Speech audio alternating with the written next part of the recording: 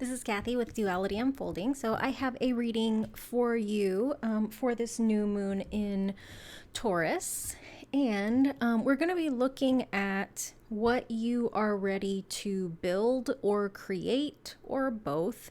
I pulled the Four of Wands out of each deck because the Four of Wands is really about establishing like a foundation, laying the kind of bare bones structure. We've got like the four wands that kind of represent the four corners of the structure of this building. And so this is, I feel like the Four of Wands card is the best representation of kind of laying a foundation for something new. This card is also associated with union, so we've got celebration, we've got partnership, celebration here and partnership again. And so, when we come together to celebrate something, that kind of union, that energy of coming together is really, it's almost like a culmination of the ideas that we've had and the action that we put together, right? Like we can have an idea to have a party for someone, and then it's another thing to organize the space and set up the flowers and invite everybody and plan the wedding, all those different things. And so I just felt like Four of Wands was the perfect card for laying foundations, and just kind of a perfect representation of the Taurus energy, which is that building energy. Taurus is the builder, very kind of sensual, tactile, involving all of the five senses. And then we have a lot of planets that are still in Aries, which is the planet of, or the energy of just making things happen, right? Aries is kind of jump first, think later, leap first and then look. And Taurus is a very different energy. Taurus is like, okay, love the intention, but we really need to look over the edge of the cliff before we jump in case there's not water there. Or is that even the right way for us to go? So there's a lot of energy around momentum and like intention and wanting to get going with something. That's that creation energy, that fire energy. And then with this Taurus new moon, new beginnings, in what we're building and creating and bringing into this really like tangible existence. So that's the inspiration behind this reading. I've chosen 4 different decks. I've also got 4 different oracle decks that I've pulled cards from. So 4 tarot and 4 oracle for each deck. So the first group, I'm using what am I using? The Egyptian Art Nouveau tarot. And so this is the Four of Wands from that deck.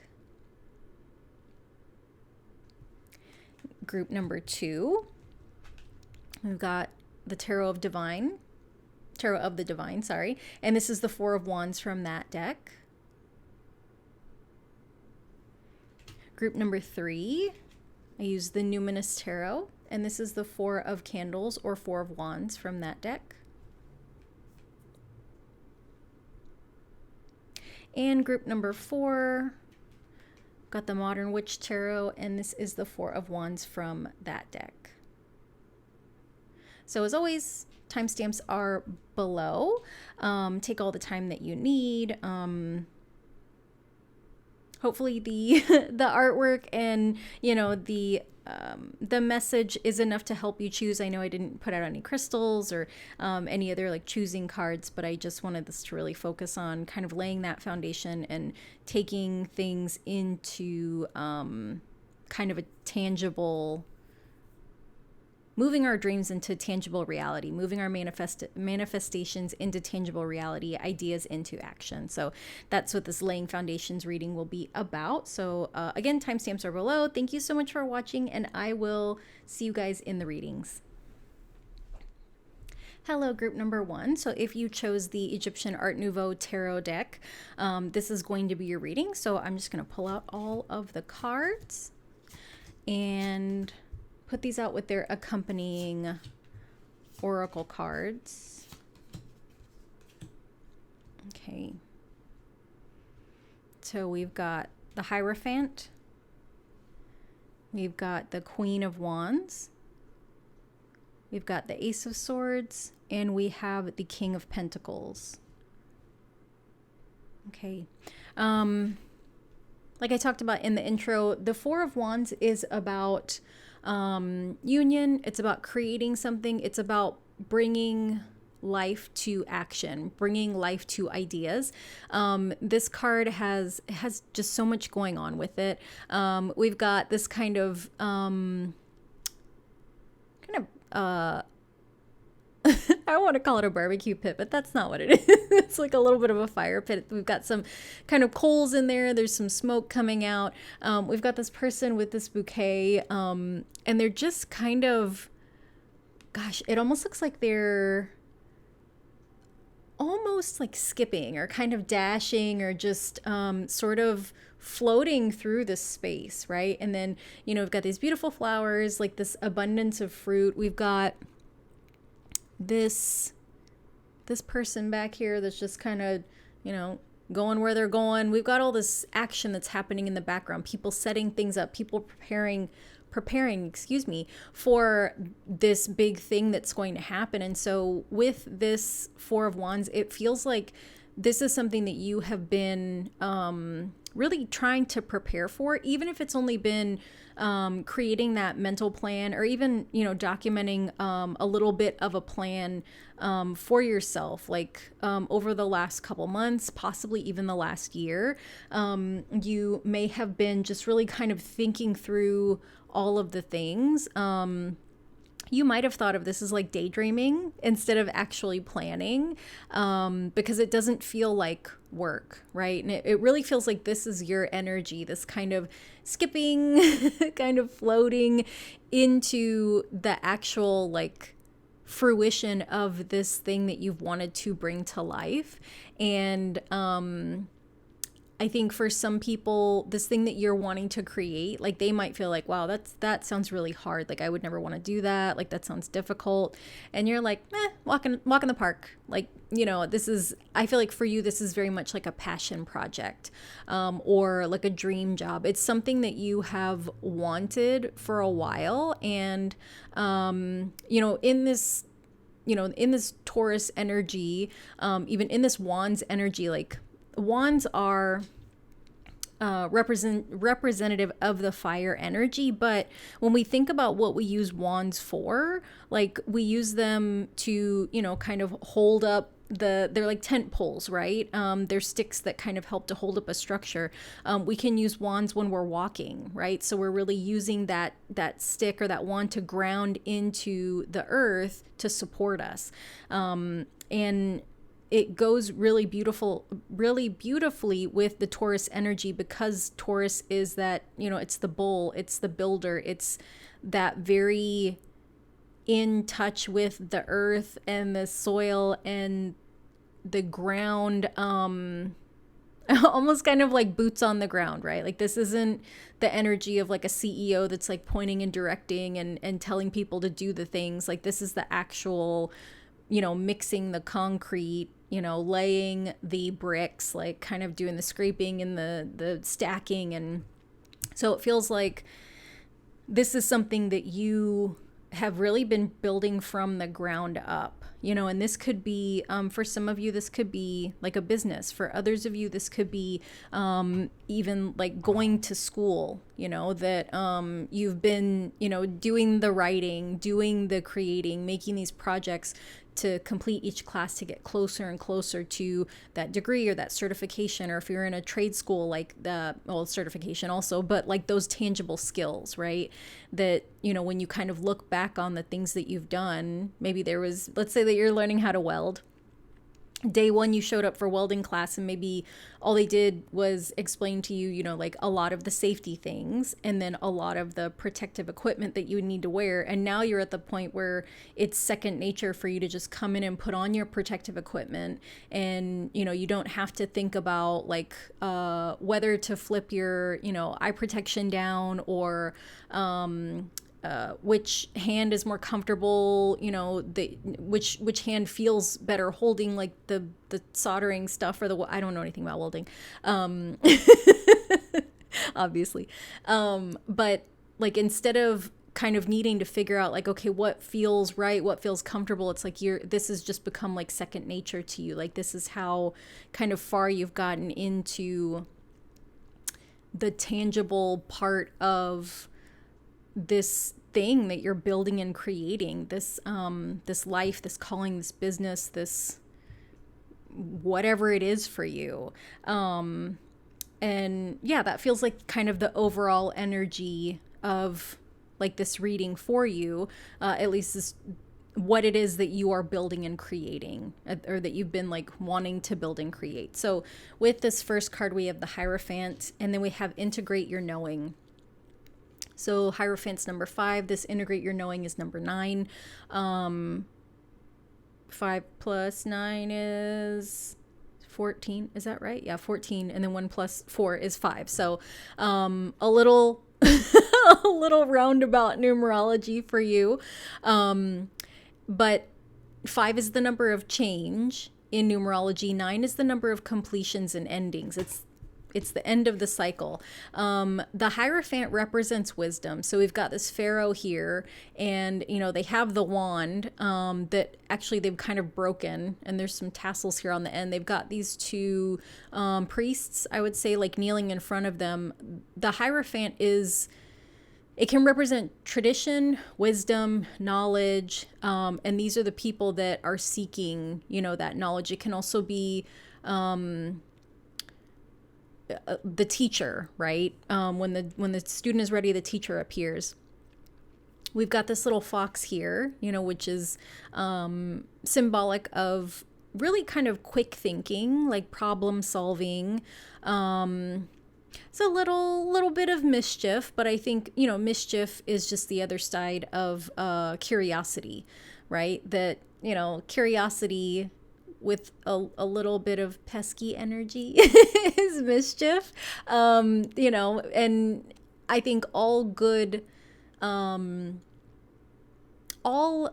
teachers, all kind of people that are wise through experience, are curious, right? We don't learn things just through observation. Sometimes there needs to be a little bit of interaction with those things. We need to be curious about, like, what does this look like up close? What does this feel like? Going back to Taurus and the 5 senses, like, what does this smell like? Why does it smell like that? Is it burning, or it's supposed to smell like that? Okay, so this is normal. Wait, so if it doesn't smell like that, then that's a signal that something's wrong. Okay, good to know, and so I feel like that comes from curiosity. So you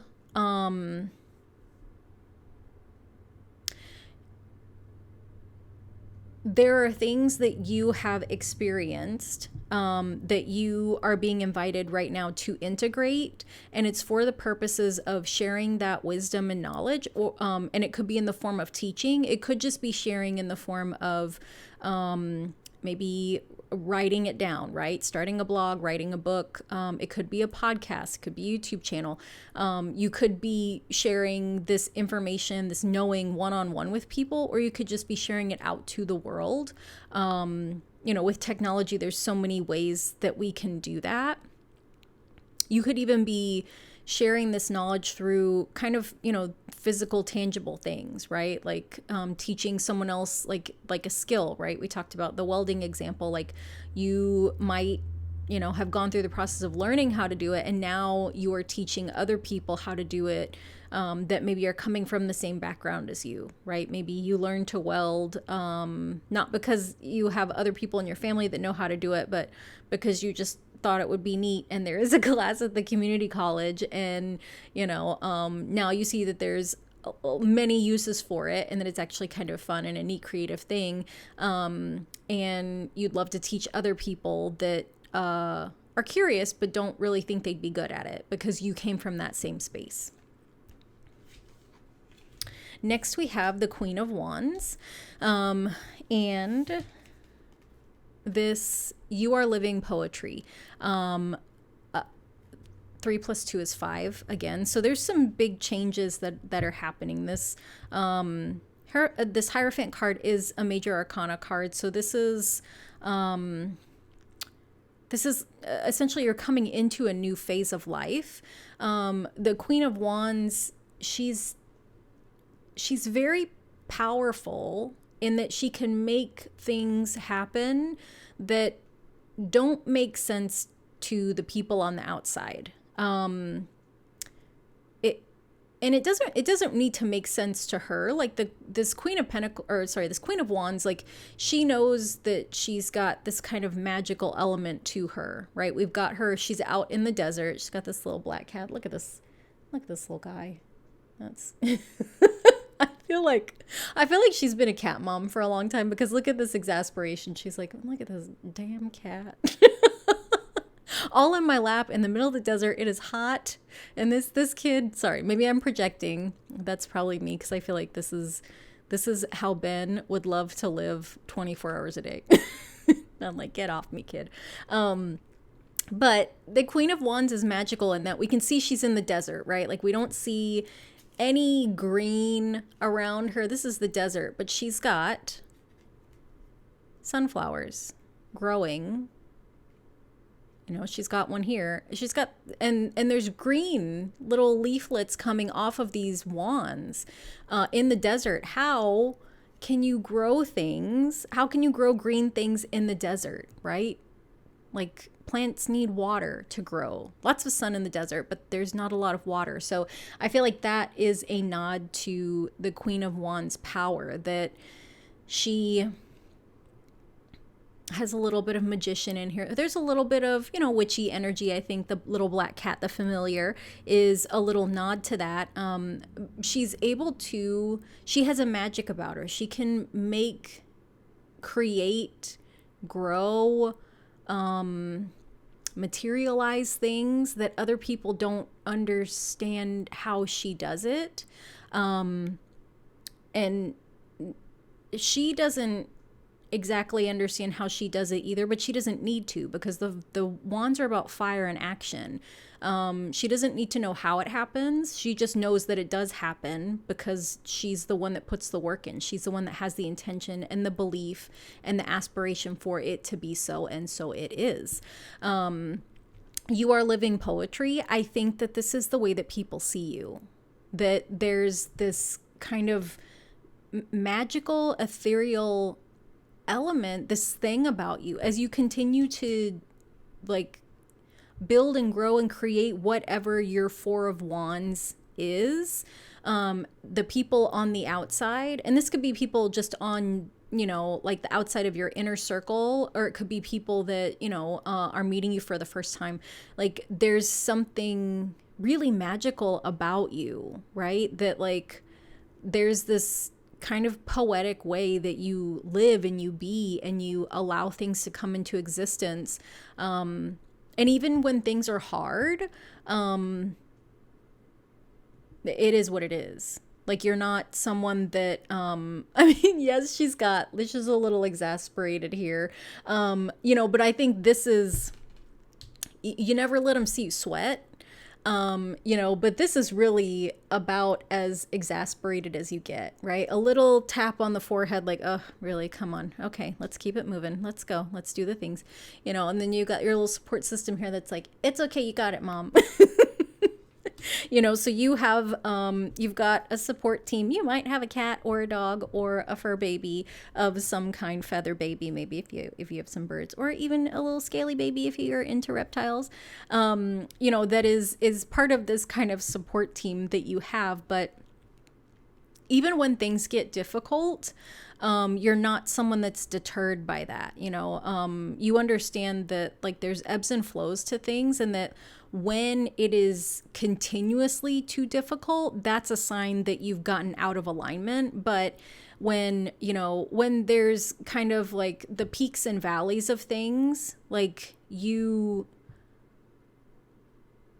able to use that wand to kind of ground yourself, you know, in the times that it feels like you're going down into the valley, like to make sure that you don't have, you know, you don't stumble and kind of roll down into the bottom of the valley, but it's a very controlled descent into, you know, maybe a period of kind of slowness, quietness, darkness, introspection. And then as you're hiking up out of that valley, you've got that wand there that you can stabilize yourself as you are continuing to go up and up and up.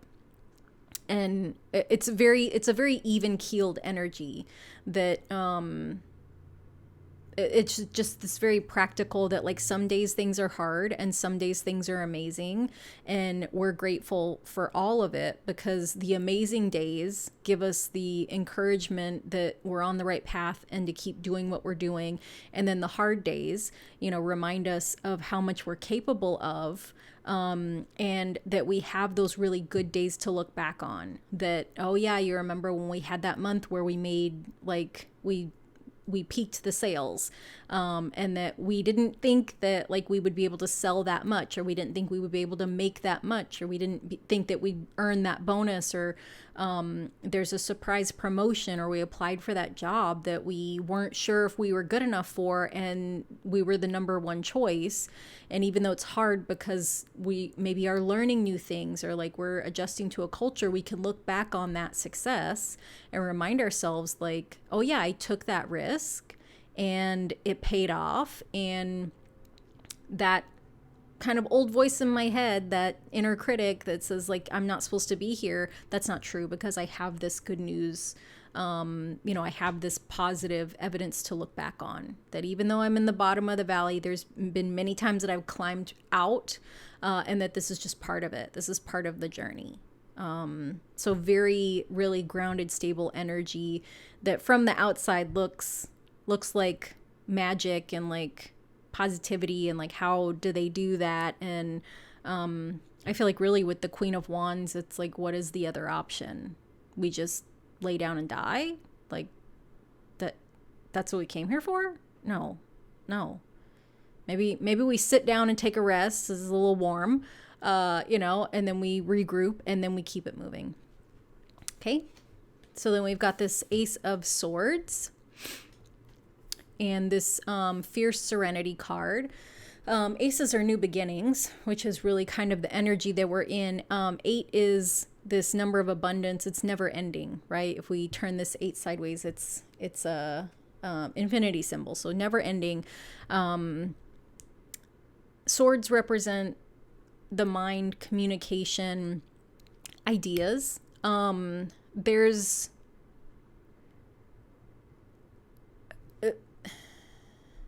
There's this part of you that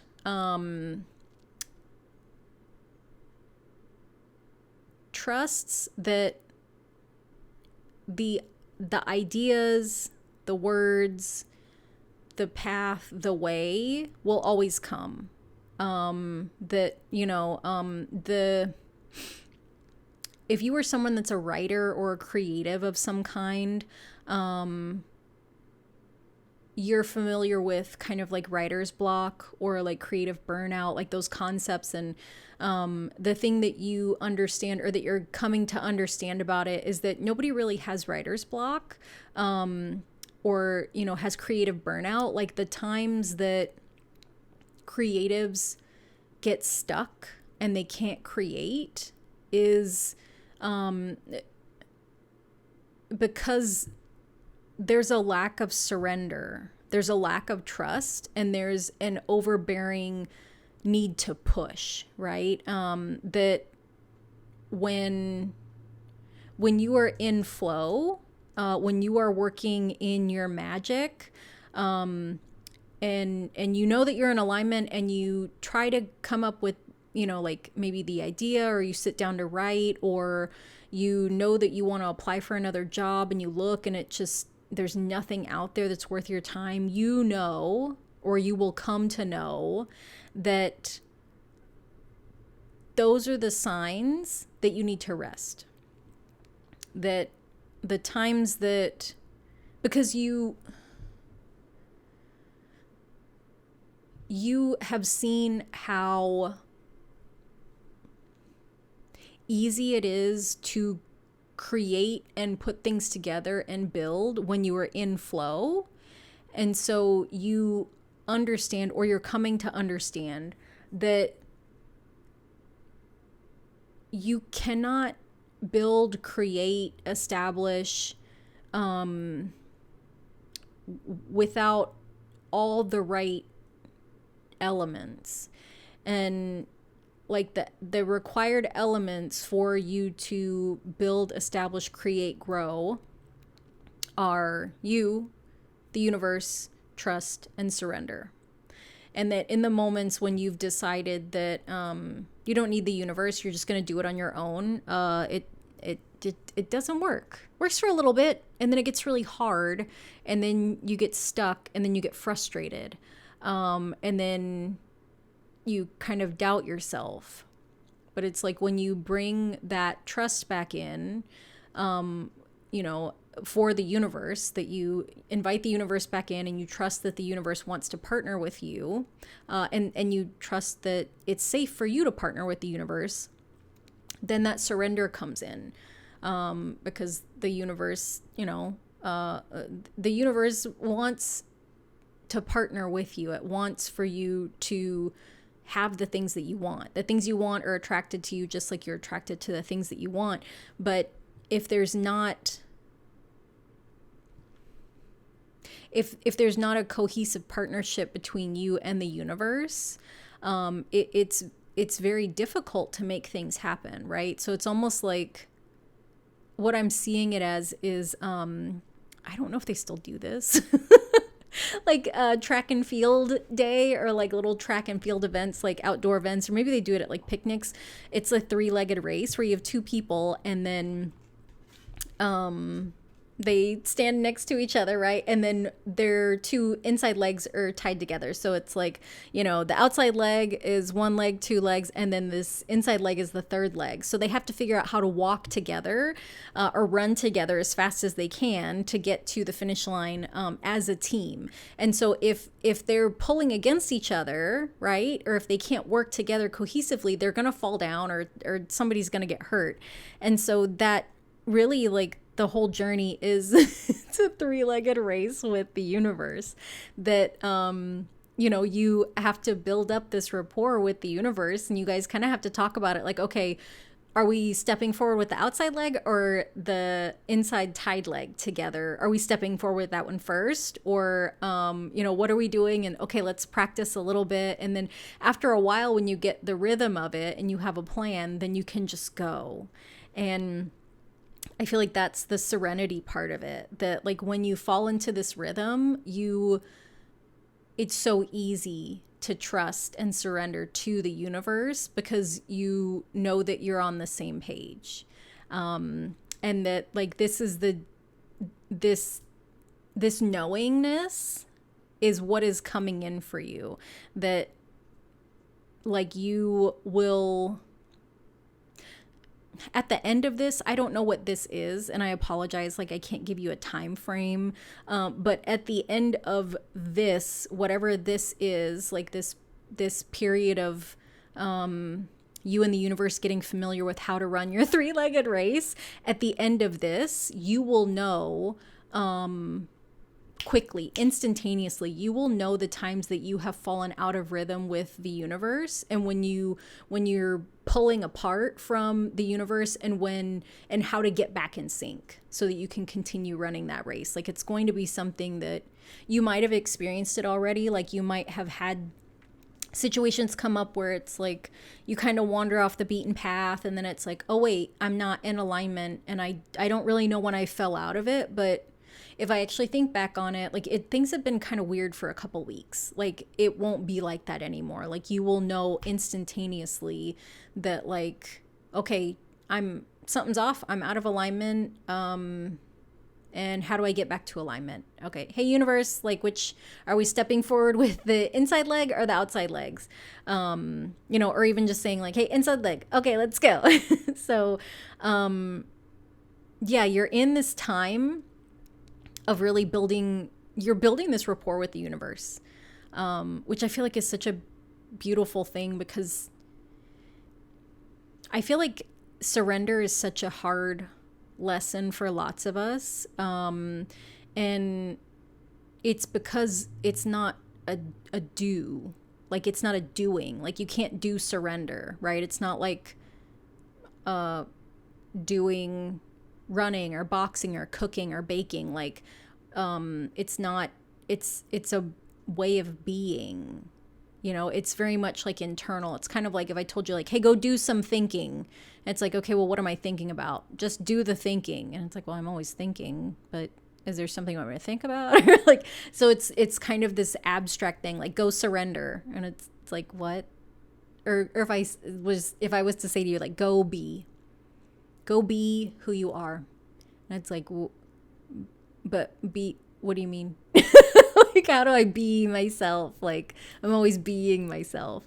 And so, like, once you are able to come into this place of trust and surrender, it sneaks up on you that you're in it.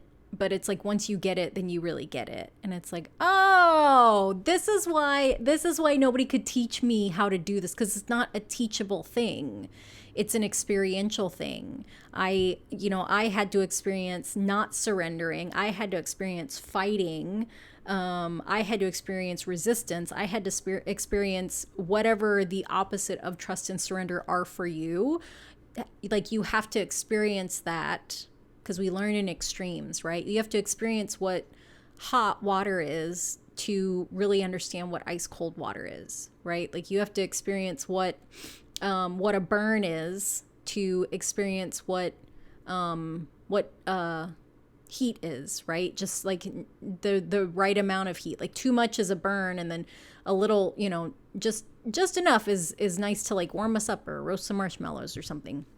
I hope that makes sense, because it is, this is kind of abstract, but I feel like you're coming into this understanding or this embodiment of feeling like, okay, I'm in alignment and I fell out, and like, okay, let me get back in. It almost feels like learning how to like jump rope, where it's like, if you've ever, or even like double dutch, right? Like, if you think too hard about it, you're going to overthink it and mess it up. But if you just allow your body to kind of fall into a rhythm, and allow your eyes to kind of relax, and like use your peripheral vision and like this kind of rhythm of your body to get in sync with the activity that you're doing, with the jumping rope, with the double dutch, like, it's much easier to just be in that rhythm than to think about how to do it.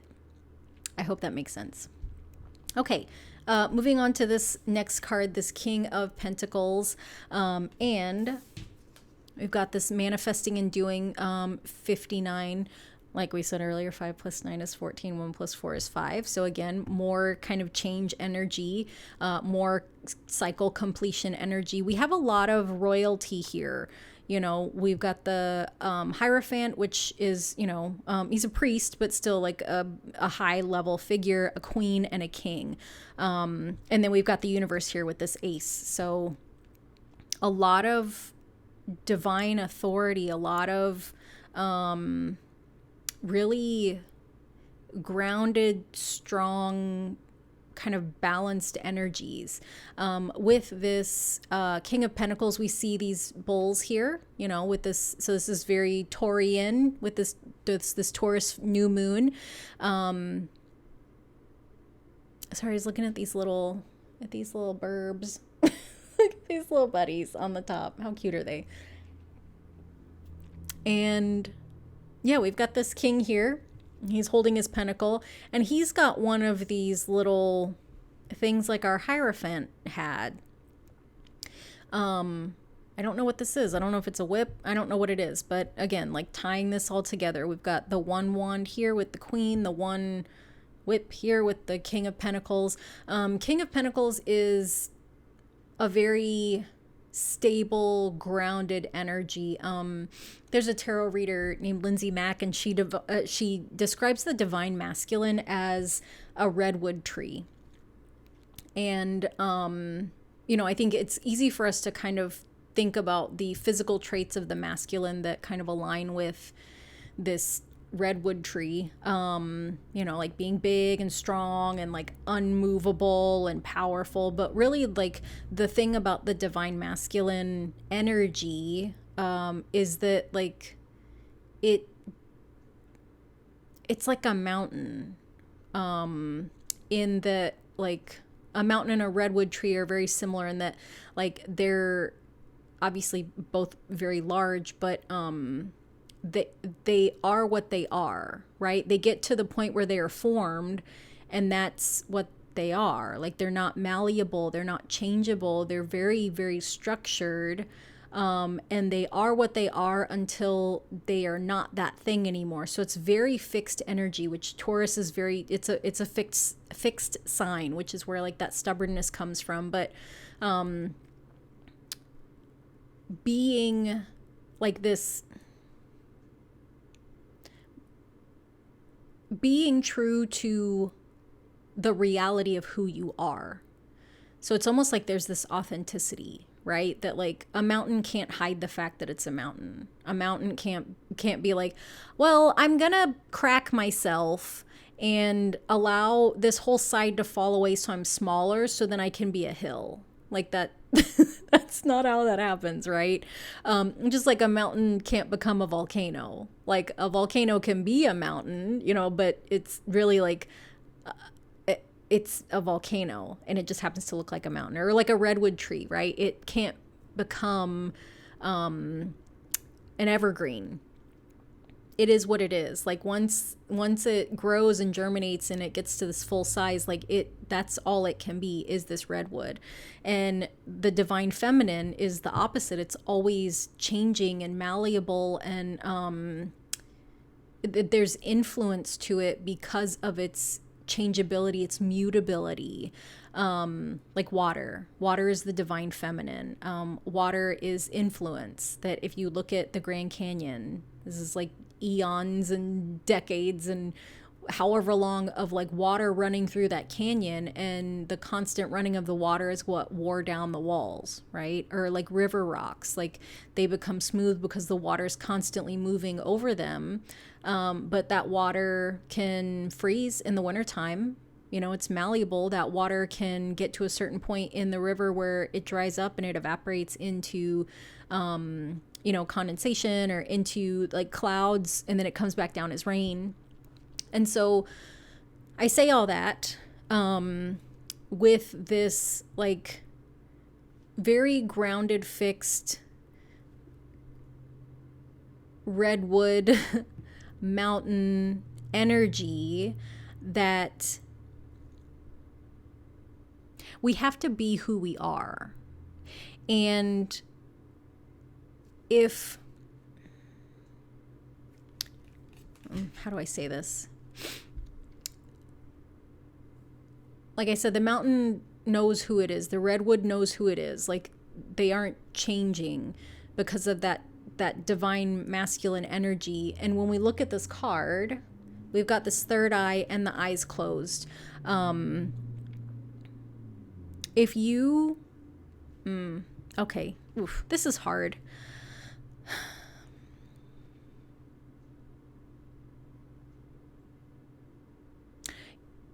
You can't manifest your way into being someone who you are not. And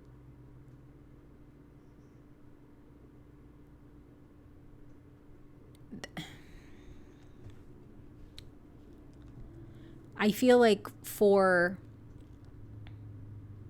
many of you, this new moon energy, it's coming after we've had these eclipses. It's coming after, you know,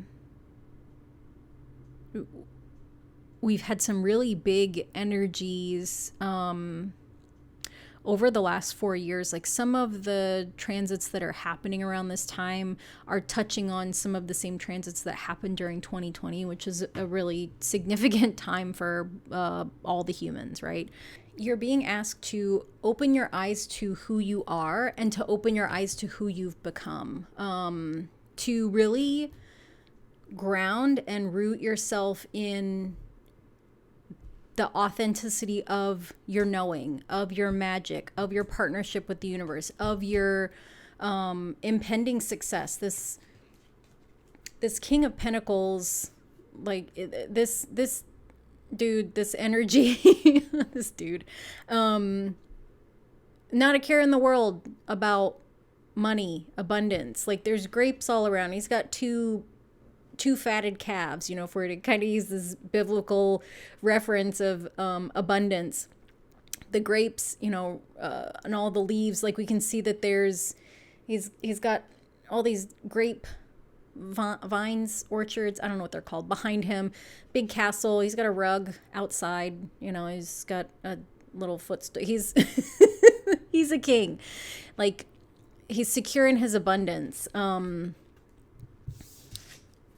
Just the same energy here, not a care in the world. We got our flowers. We're wandering through this smoke to go set up these flowers for this celebration. You know, it almost looks like it's very similar imagery here, right? Where we've got this kind of building in the background. We've got two people on thrones that are, you know, masculine and feminine, this balance, that, like, you're being called to open your eyes to all that is around you, all the resources that you have, all the support you have, all the abundance that you have, everything that you've been through, has been for this thing that you want to build and create, this thing that you are laying a foundation for, this next really significant chapter for you. Like, it's finally here. Like, it's finally here. And it doesn't look like what you thought it was going to look like, because you're at the beginning of the journey, right? Like, the world and our minds and the people around us kind of tell us that, like, until we're knee deep in the celebration, it hasn't happened, you know. But just because it doesn't look the way that our minds say it's supposed to look doesn't mean that, like, it's not happening. I hope that makes sense. I feel like it's just very kind of like abstract.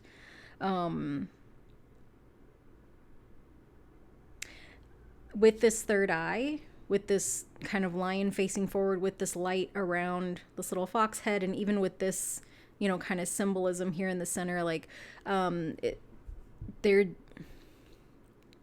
we've got everybody facing forward also.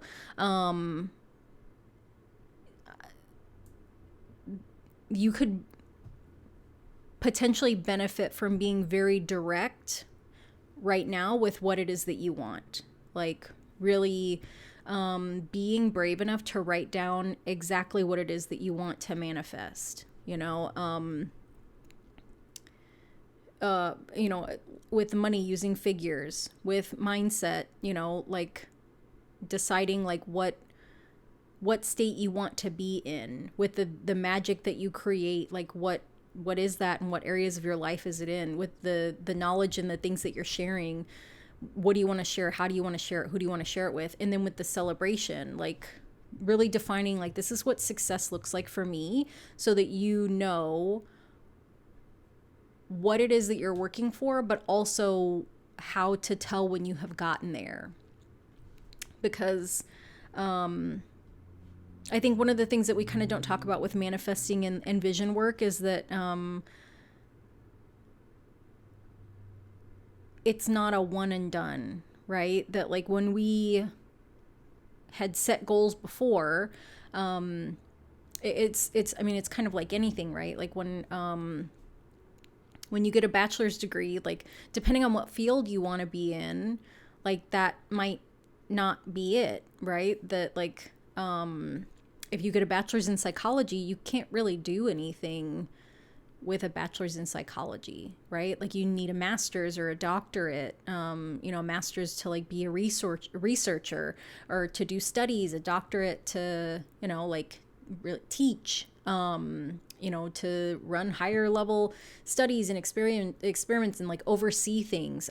It's the same with, like, trades, right? That you can go to a school to learn how to weld, but until you have the appropriate certifications, like, you can't get hired on by someone, or maybe you can't start your own business, or you can't do contractor work until you have those certifications. So if your goal was to learn how to weld, and you did that, now what? Okay, well, now I have a goal of obtaining my 4-year certification and starting a business with my uncle, or whatever it is. So when you are visioning and kind of being very direct with yourself and with the universe, like, understanding that, you know, when you get to what your Four of Wands celebration is, or when you're getting close to it, because I feel like it's going to happen sooner than you think, that, you know, you kind of need to be mindful that there's going to be a next thing. And not that we're trying to chase that next thing, but, you know, if we set these goals really small, right? That like, I just want to learn to weld. And it's like, okay, well, you learned to weld. Now what? Oh, well, I mean, I want to learn to weld because I actually want to do underwater welding. Okay, so now you have the foundation of welding. And so now how do we become an underwater welder? You know, like going through that and like, well, what do you want to do with that? And like, where do you want to work? And who do you want to work with? And like, what industry do you want to work in? So like, really being very direct with yourself about like, this is the short term, this is the medium term, this is the long term, these are the things that I want, you know, and even allowing yourself to dream of this really big thing, right? Like if you want to start a business, is your long-term goal that the business becomes so successful that you have employees, or that maybe somebody in your industry buys you out so that you can just get paid for selling your business? Or like, do you want to, you know, turn it over to someone and like be a shareholder and continue to make money but do less of the work because you were the one that established it, now you can turn it over to someone else? Or do you want to expand? You know, so allowing yourself to really dream these high level big dreams. So yeah, group number 1. Sorry, I feel like that was a really long reading, but there's I had a lot of things to share with you. You know, they had a lot of things to share with you. These are big things. So I hope that you enjoyed this reading about what you are building and creating, the foundations that you're laying for yourself. I feel like you're in a really powerful time. You're in a really big time of change and shifting and moving into all these really amazing good things.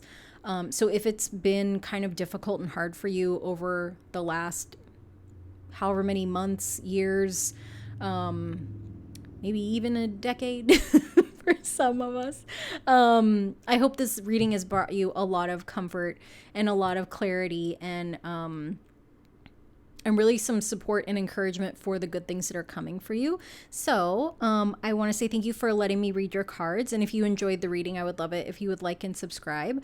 I also want to wish you a very happy new moon in Taurus. And yeah, thank you so much. I will see you guys next time. Bye. Hello, group number 2. If you chose this Four of Wands card, this is your reading. So I've got 4 tarot and 4 oracles, so I'm just going to lay these bad boys out. I don't ever say bad boys. I don't know why I said that. It's been a weird day. It's been a weird time. I'm okay. I hope you guys are okay. And that I'm not the only weirdo here. Okay. If this is your first reading with me, 1, thank you for taking a chance. 2, this is pretty much how it goes. A little bit. A little bit weird, a lot quirky, but also, you know, this is we don't judge here. We just show up and let spirit give us the messages that we need to get. And with this reading, this laying foundations, you know, kind of looking at what are you ready to build and create, I feel like this is a really beautiful one. We've got this lovely, you know, divine partnership here. This is a celebration. It's a wedding. It's look at all these little flower garlands and like just the jewelry and the cuddling, and you know, like she's really pulling him in, right? And they're facing each other, and there's just lots of joy that, you know, it just feels like finally I'm right where I wanted to be. You know, because we can tell with these 2 people that they both very much want to be in this union, right? That they're facing each other. She's pulling him in, you know, he's allowing himself to be pulled in. They're looking at each other. Like it's just, it feels like home, but it also feels like that feeling of like, finally I made it. Like I finally got here. I've been trying so hard. I've been working so hard. I've been waiting so long to get here, and I'm finally here. And with this moon card, I think there was a part of you that really wondered if it was going to happen. Like, am I going to get to a place where I can actually build and create this life that I want for myself? Am I at a place where I can actually love my life, love the life that I live? And yes, you can. With this Wood Horse card, it says live and love joyfully. Number 31, 3 plus 1 is 4. Our little 4 of Wands. So, and I feel like there's, sorry, I'm getting a couple different things. I got distracted with these little, is this a trash panda? What is, it's so cute. Like, I'm looking at these because in the traditional tarot, there's a dog and a wolf. But I feel like in this one, we might have a fox and a raccoon, which I wholeheartedly support. You know, I love a little variation, but also who doesn't love a trash panda? I mean, how cute. And their little hands, so weird. Okay. Back to focus, self-focus. This live and love joyfully card. We've got this horse that's running through the forest, and we've got this light, you know, above them. It feels like the part of you that doubted if you could make it here, wherever the here is for you, is it's getting a little trampled. So the part of you that doubted, because we all have that little part of us, right, that kind of doubts, like, can I really have this thing? Like, can I live and love joyfully? Can I just kind of be wild and free in my own way? And this card is saying absolutely yes. And it's coming. You're learning how to allow yourself to be free and run instead of being caged and stopped and worried. And I feel like this that these two cards kind of echo that. In the last reading I kind of went in order, but I think that I'm just gonna go where I'm called. And so this 9 of Wands in reverse, when we look at this card in the upright, it looks a little ominous, not great, a little scary. You know, she's kind of like, what in the hell is going on? What is this? Why is this house a rooster that's running around? Why are these things on fire? Where am I? How did I get here? This kind of, and she has her little dolly. Oh, this 9 of Wands card is really, it's like just going through it, right? Like she's going through it right now. Like, this doesn't make sense. What is all of this? Am I safe? Am I okay? Like, what is happening? This card also feels to me very much the same energy as the 9 of Swords, which is like, the 9 of Swords is the card of kind of anxiety, sleeplessness, like a nightmare. This, 9 of Wands card is typically called the Wounded Warrior card, like somebody that's been through a lot. With it in the reverse, like, to me, what that says is the really difficult times that you've been through, those are done. Those are done. Like, we don't need to be in that. Like, we're moving out of that. That's falling away. It's upside down. It's falling away. And we've got this, look at this little fire tiger. Share your gifts. Look at this kid. How cute is this? It's adorable. I feel like he's a guest at the wedding, I feel like is what this is. But when we go through really difficult things, the growth we experience, the wisdom that we gain, the knowledge that we gain, it changes us, right? We've got fire here, this fire tiger. So like, that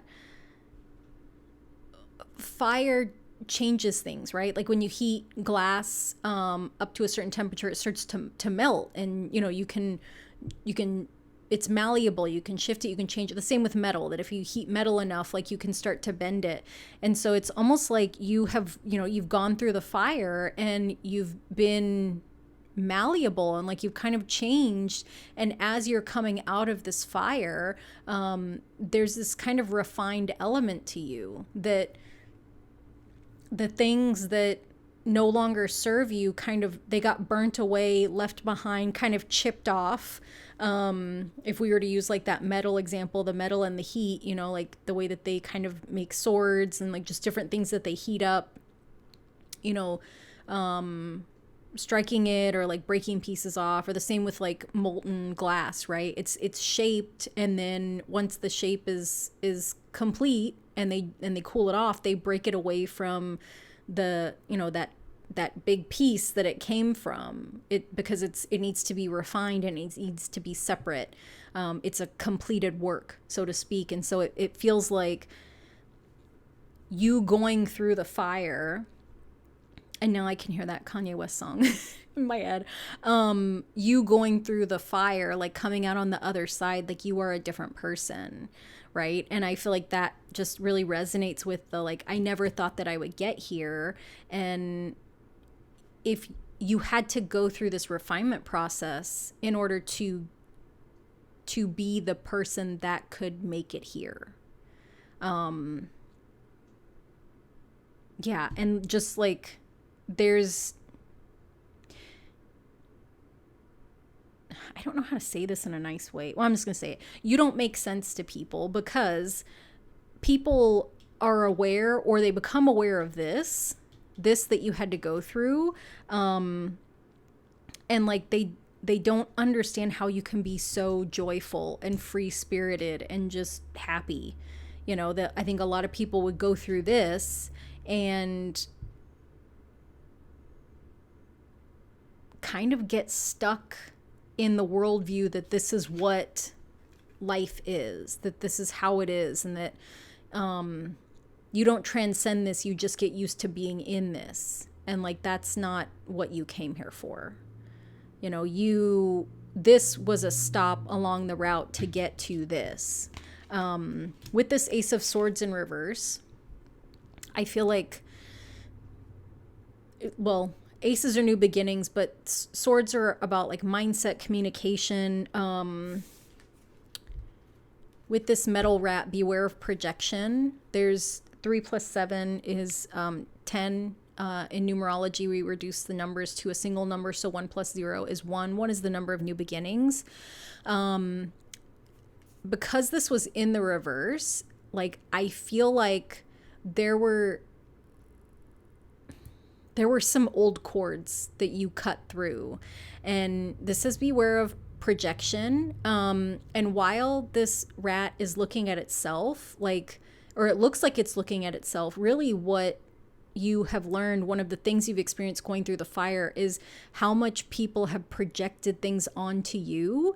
And you're now able, like, because you've cut through these cords, and you might still be cutting through some of them, but I feel like there has been, I can't talk, I'm so excited, sorry. You cut through some major chords, right? Like, you really kind of cut this whole ball in the middle, like you cut through it. And so it's like, if we were to see this person cut right through this, right in half, it would fall away, right? Like, this would become very slack. It might still be attached somewhere, but the crux of the problem is this tangled ball that, like, it doesn't matter where it's attached. Anywhere you pull, it's going to pull this ball tighter, right? It's going to tangle it even more. It's going to, the tangling becomes stronger when we try to pull free.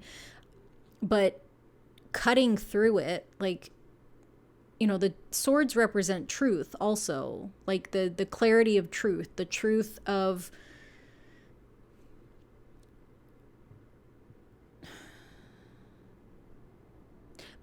your situation. And you're coming to see that, like,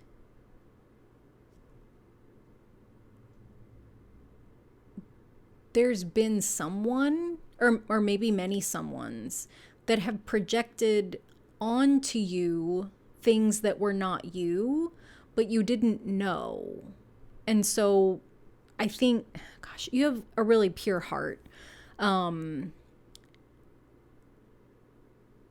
you accepted those projections as truths about yourself because you didn't know. You didn't, gosh, there's a concept in life coaching called if you spot it, you got it.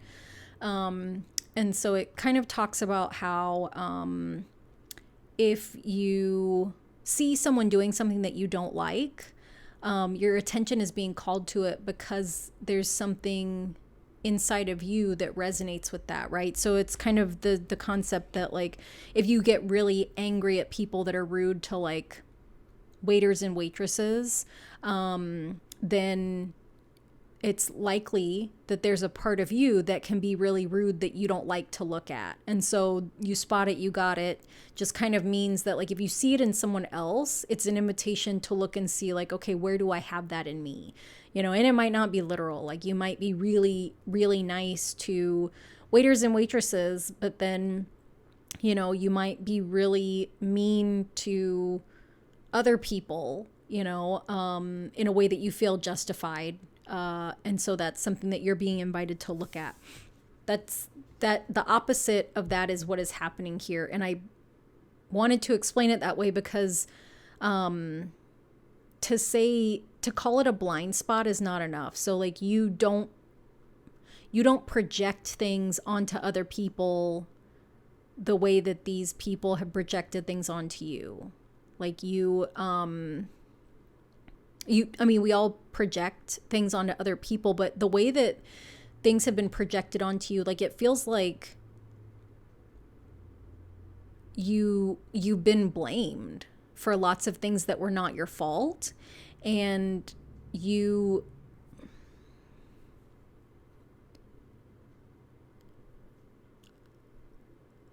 it got to the point that like your mind stopped asking like if this makes sense or not, and it just kind of accepted it, you know. And so when you look at this rat, like I feel like he's kind of sad, you know, that like almost like looking at himself like, what's wrong with me? Why do I keep doing these things? Like, why do I keep hurting these people, and why do I keep making people angry? And it just like, it hurts my heart because you didn't do anything. These people, oof, okay, this is heavy. These people that you had these kind of entanglements with, there was such a deep self-loathing that they had for themselves, that to acknowledge it,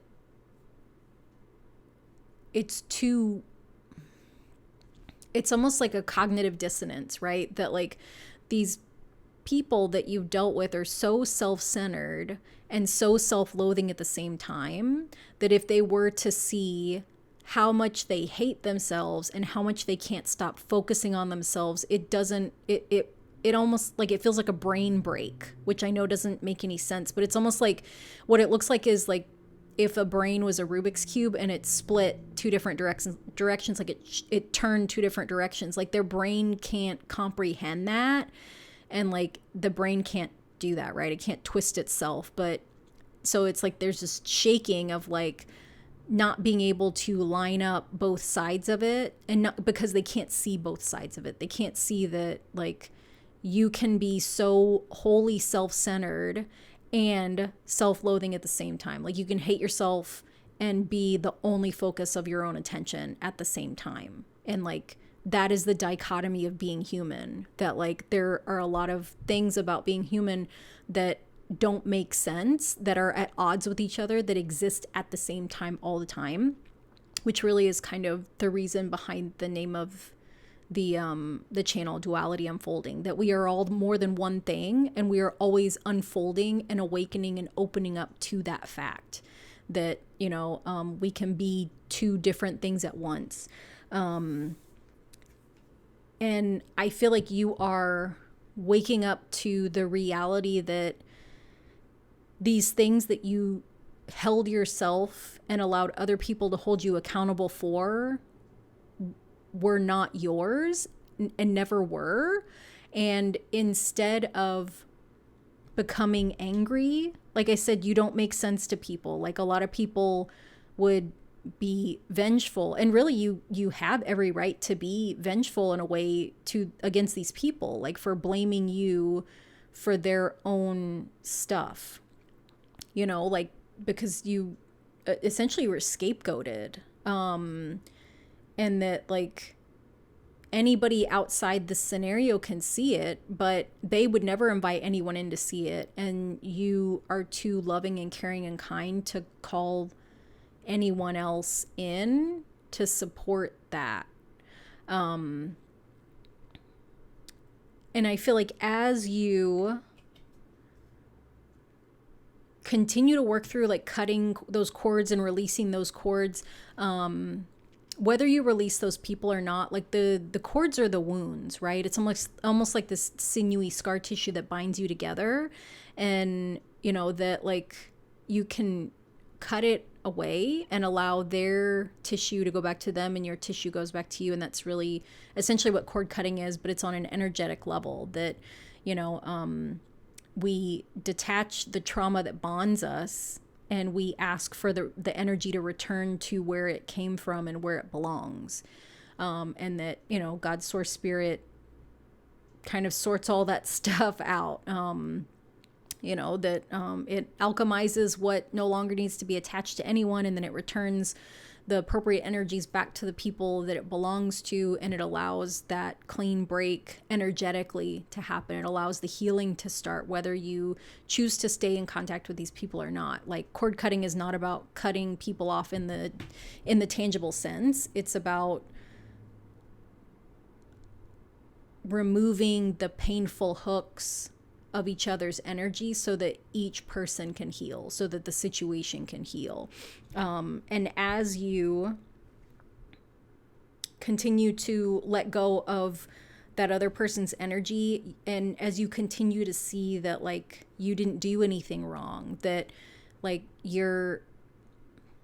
as you continue to see the reality of things, as you continue to have more clarity come in, because we've got this sword, you know, kind of pointing down, really almost like it's going to cut this reflection in half, that like, nope, you don't need to see, there's nothing for you to reflect on anymore. You get to just walk forward through this little portal, you know, like you don't have to question this other version of yourself that someone else brought in.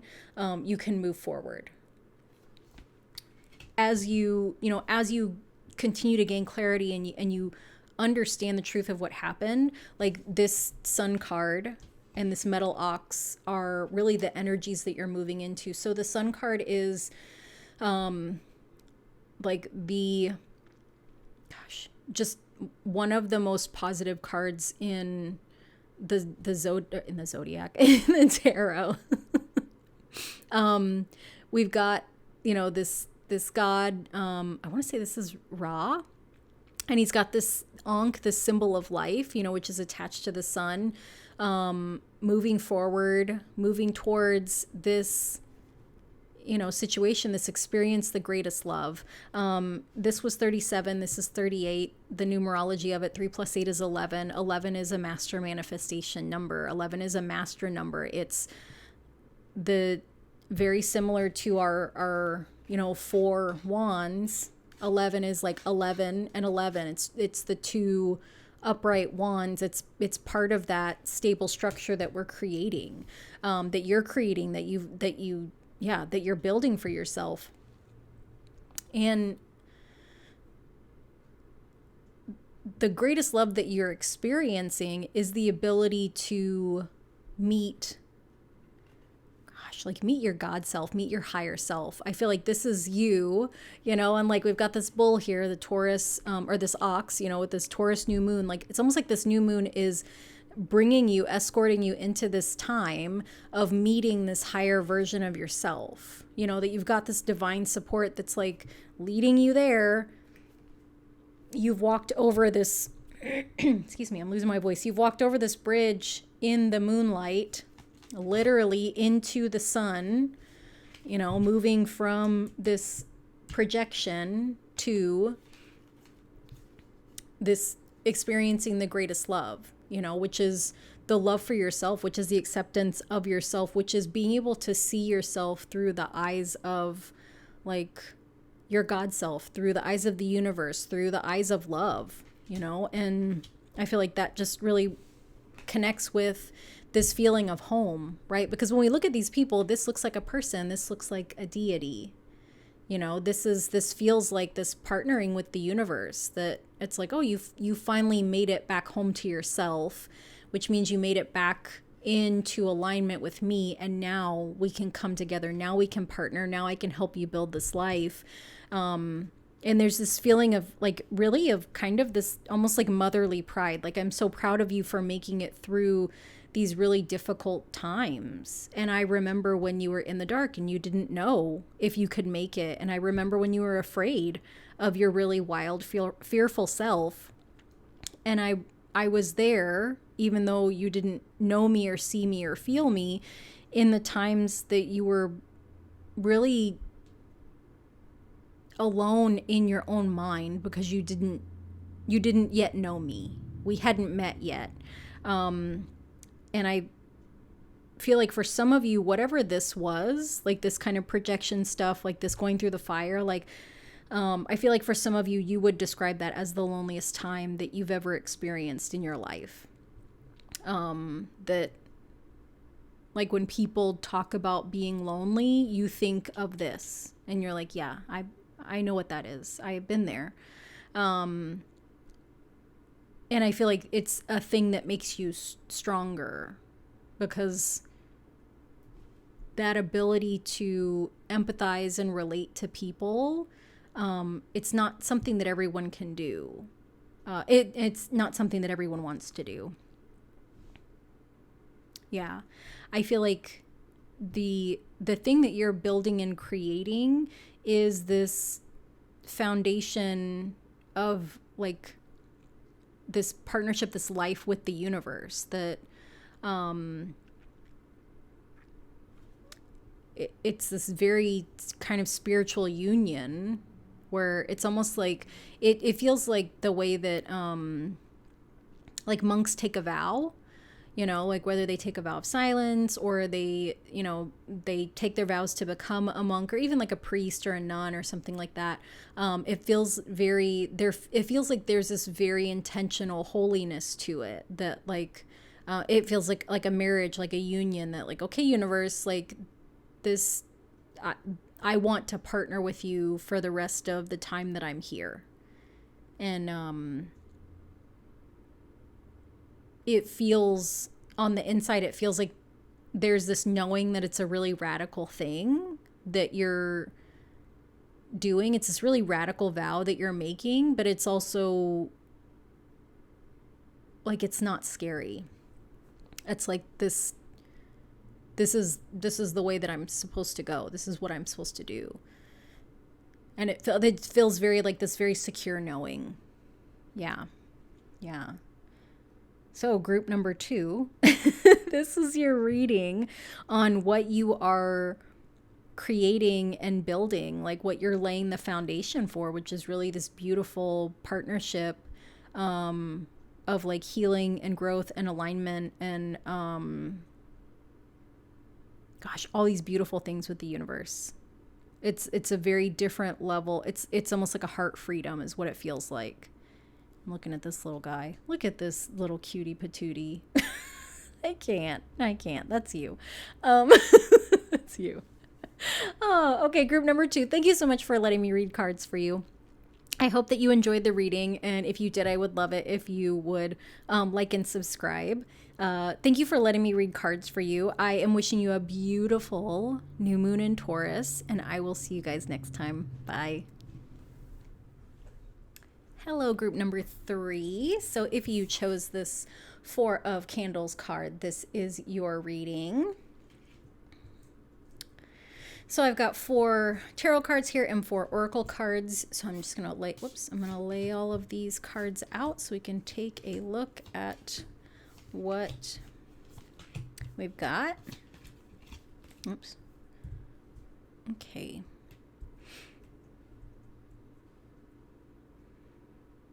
All right. Okay. So with this Four of Candles, this is a very obvious card of celebration. The thing that's drawing my attention here is this kind of peculiar sky. Like, we've got the night sky with the stars, but then we've got the smoke from the candles, and then we've got this light up here, right? So it's like we don't usually see a sky that's like a bright orange and then the dark of the night with the stars. It To me, this is giving like eclipse energy, you know, because when we had that solar eclipse, like, you know, the sun was eclipsed by the moon for however many minutes it was, and then it came back, but like the sky became dark, but then it started to light back up into this kind of weird orangey, you know, color. And then with the clouds, some people couldn't see it because of the cloud cover, but I feel like for you there was something significant that either happened during the eclipses at the end of or the beginning of April, or that was the start of when a lot of this like building, creating stuff was happening for you. So and the significant part of it could have been just that, you know, like the way that people described when they saw the eclipse, that it was something that, especially the people that watched it in person, you know, there was this kind of energy, like this feeling about understanding like how significant this was, and understanding like how it feels like it was very visceral to experience it with so many other people. Like, it was such a phenomenal thing to experience with so many people that you didn't know, and that felt very foreign because it's been so long since we collectively as people have gotten to be in a space together and experience something really beautiful but not know each other. And so I feel like this is, obviously this is not for everybody because everybody didn't go and watch it in person, but it feels the same to me as this is such a weird example because this is okay, so I went to Disneyland once. I'm not really a Disney person, but I have a very close friend. She is such a Disney person. And so we went because I was moving to Germany, and LA was one of the places that had a port where I could ship my car. And so, you know, it's near Disneyland. So she's like, oh, we got to go. And so, of course, we went, and we stayed till the very end. If you are familiar, maybe you're not, I was not, that they, you know, they have like kind of it's not really a closing ceremony, but they do like fireworks, and they play When You Wish Upon a Star, and everybody just kind of stops, like wherever they are in the park, like you're just stopping and watching this.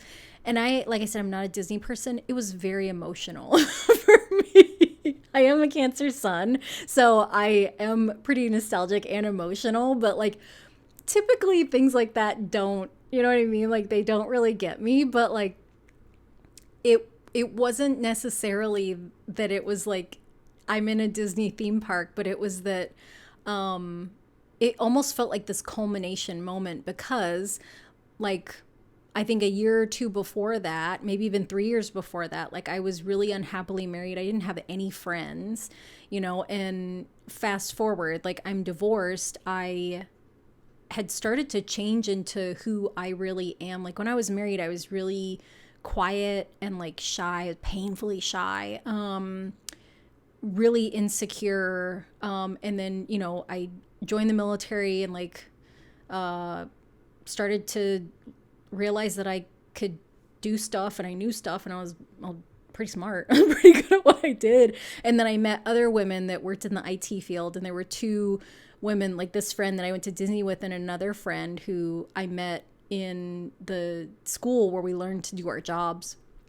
And like these two women were like my ride or dies, and like they were like sisters. And so it was like being able to be in this moment where it's like, you know, there's music, and like I'm about to move to a foreign country away from these, you know, two friends that I have, and I'm so excited to go, but I've never lived in a foreign country. And it's like, looking back, I was really on the precipice of something that changed kind of my whole life. It changed the way I understood things. And I didn't know it, but it's like, I feel like and I wasn't a spiritual person back then either, but I feel like we can have these really visceral moments that, excuse me, I'm losing my voice. We can have these really visceral moments of some kind of experience, right? Like that eclipse experience where it's like, I didn't realize this was such a big deal. But also I get it that it's a big deal, and it feels like it means something, but I don't know what it means. And you probably won't know what it means until, weeks, months, maybe even years down the road. I think it's going to be something for you that the eclipse in April is a turning point that you are not able to see right now because you haven't gotten far enough away from the turn. Like you're still kind of in the turn, right? So it's like when you think about like if you've ever taken a road trip and like you look at a map and you see where you started and then you see where you ended up, and like you kind of see that the highway ended up curving this way, but like when you were in the curve, it didn't feel like a right turn because it's like the curve is over hundreds of miles, right? So you were just driving straight the whole time. It feels like that's where you are. Like you are in the curve, but it's such a gradual curve and you're just moving forward that you don't see how pivotal this is. So if it doesn't feel like this significant thing has happened, then you are right where you need to be. Check back with me in a couple of years. Rewatch this in a couple of years and you're gonna be like, oh, yeah, yeah, that's crazy. Yeah. So it's a big shifting energy for you. And I feel like with these people being so small, it feels like the celebration for us as the observer, it looks like it's very far away. And I think for you, it feels like it's very far away. Time, what is time? You know what I mean? Time's a concept, but it feels like you're at the start of about, like I said, like a 2-year journey. And it's going to be a quick 2 years. Like when I say that right now, you're like 2 years, like 2026. Like, ugh, that's so far away. That's like in the future and like AI robots, like space, whatever. Like, no, it's like your brain says it's really far. But when you think back on things, I mean, how long ago was 2020? How long ago was like 2010? How long ago was that concert that you went to in 2005? Like, I feel like time is this really abstract construct, this concept that we can look back and like think about. Like I can still remember like things that happened in 2003. Like I can remember like the bus ride into basic training. Like I can remember this one girl that couldn't stop touching her hair when they told us to stand still, and them yelling at her every time she touched her hair, which was like every 3 or 4 minutes. Like I can remember that. I can hear it. I can feel the humidity in the air. Like I can, you know what I mean? So it's like time is such an abstract thing that 2 years feels like it's forever from now, because you can't see. It feels like the things that we can't see coming towards us take longer than the things that we've already experienced, right? And so that's just the fun thing about time. But about 2 years, that's going to go by really, really quickly. So let me look at these cards. Okay, so we've got, I'm trying to see who wants to, I feel like these two are calling to me. Sometimes they go in order, sometimes they don't. This 8 of Tomes is the 8 of Pentacles. So she's creating these books. She's building these books, right? She's got all the pages laid out and she's literally sewing them together, or gluing them together too. She has a little juice box. How cute is that? I don't know why this, oh, excuse me. My throat did something weird. Sorry. I don't know why this card, if you are a fan of the Great British Bake Off, this card reminds me of Kim Joy. Like, even though she doesn't, well, I mean, she wrote a book, but she doesn't like stitch books. But this is a card of like, actually the Eight of Pentacles is about creating things, like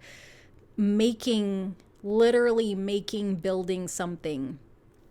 And so it feels like part of this building and creating that you're doing, we've got her in this spotlight, right? And we've got this number 33. 33 is a master number or angel number. 3 is this number of like synchronicities, right? Like body, mind, spirit, past, present, future, like any kind of triangular, like it's this structure that creates balance because all the sides lean in on each other, right? Like we've got this Four of Wands that each wand stands independently of the other, and this is where you are ending up. But I feel like right now you're in this space of needing to come together with, there's this shadow part of you, right? It says nourish the shadow, and got this little black cat, and he's got the spotlight around him, and then you've got the spotlight on you. And so it feels like you're being called to do some shadow work, which if you're not familiar with shadow work, it sounds a little daunting. If you are familiar with shadow work because you've done it, then you know that like there are significant like quantum leaps, like bounds, like significant progress that can be made. And that's why I see this 2 years isn't very long. Like 2 years seems long, but it's not going to feel long. And so nourishing the shadow, like what does that mean? Or doing shadow work, what does that mean? So there are times that we sit in the light and we are focused on doing the task that we're doing, right? She's in the light, she's building these books, she's going through and she's kind of making these things. For you, the shadow work is, we've got this water, that she's kind of pouring on this little guy, but also like into this bowl. Like the shadow work that you're being called to do it's not conventional shadow work. You're being encouraged to allow yourself the time to like rest, but like deeply rest, like to do something that is pointless but that is nourishing for you. I don't know if you're someone that always, like, if you always have to be moving, always have to be going. If maybe people would describe you as a busybody, like you're always doing something, right? Like you're just a doer. You do all the things, you have many hobbies, like you're always kind of going, doing, creating, always like very, very fast. And so this shadow work that you're being encouraged to do is very much like this resting. And like I say, pointless, because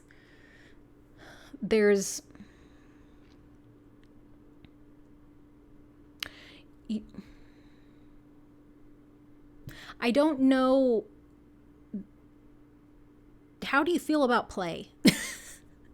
Like I'm picking up that there's like a lot of resistance to play. And like, I'm a grown up. I don't need to play. I'm not a child. Okay. The tricky thing about play is, yes, we associate it with children a lot of times, but the interesting thing about play is that it has no purpose.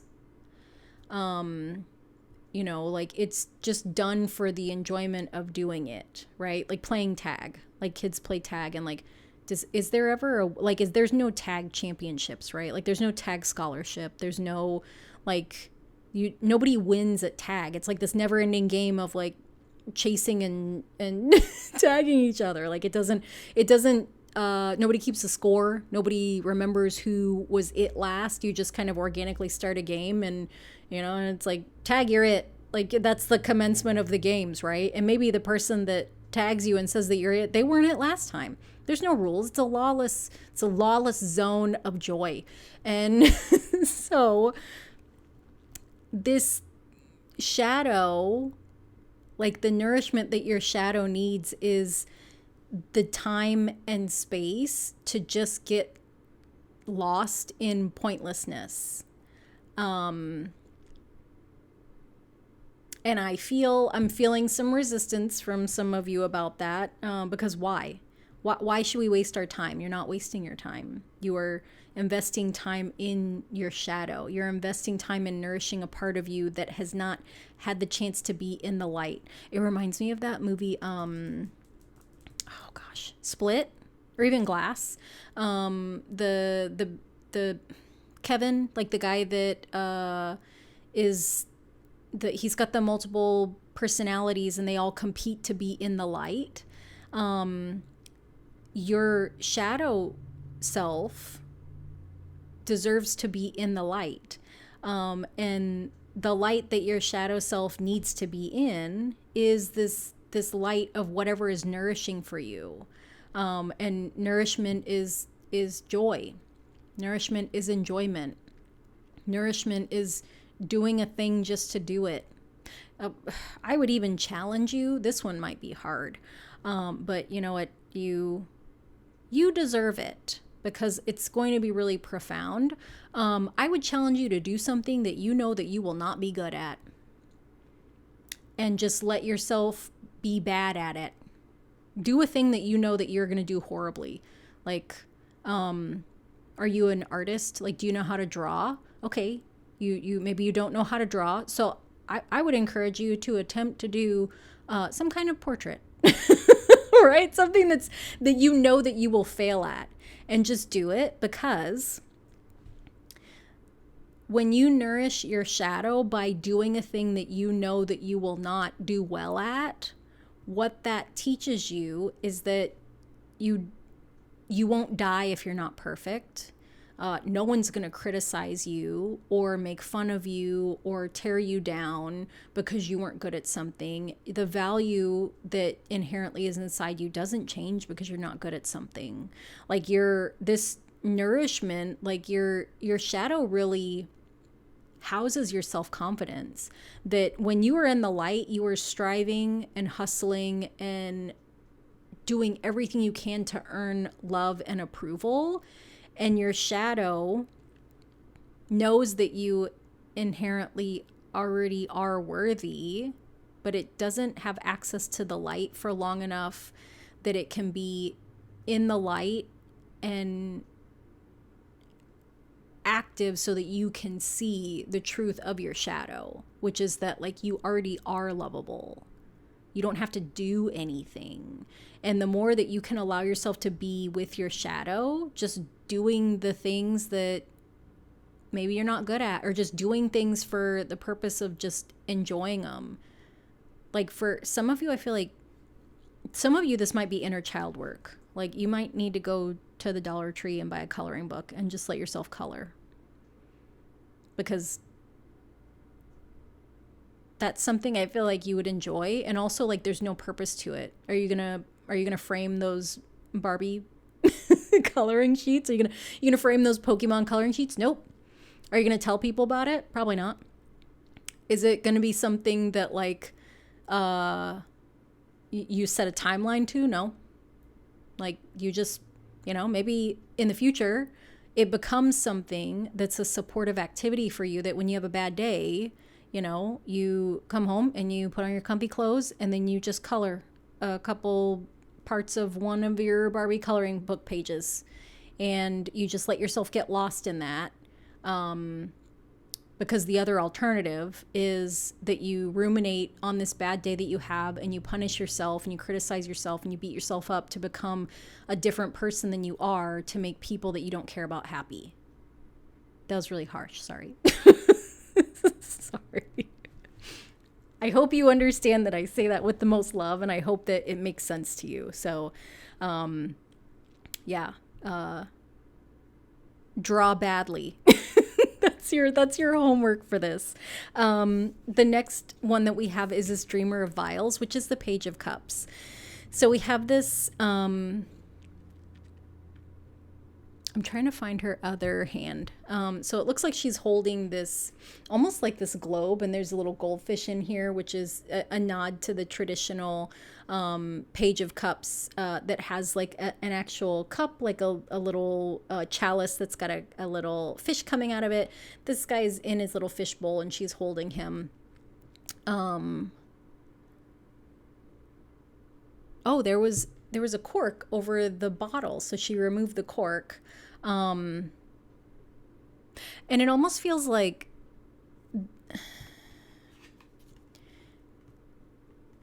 you're setting yourself free. Inner conflict resolution.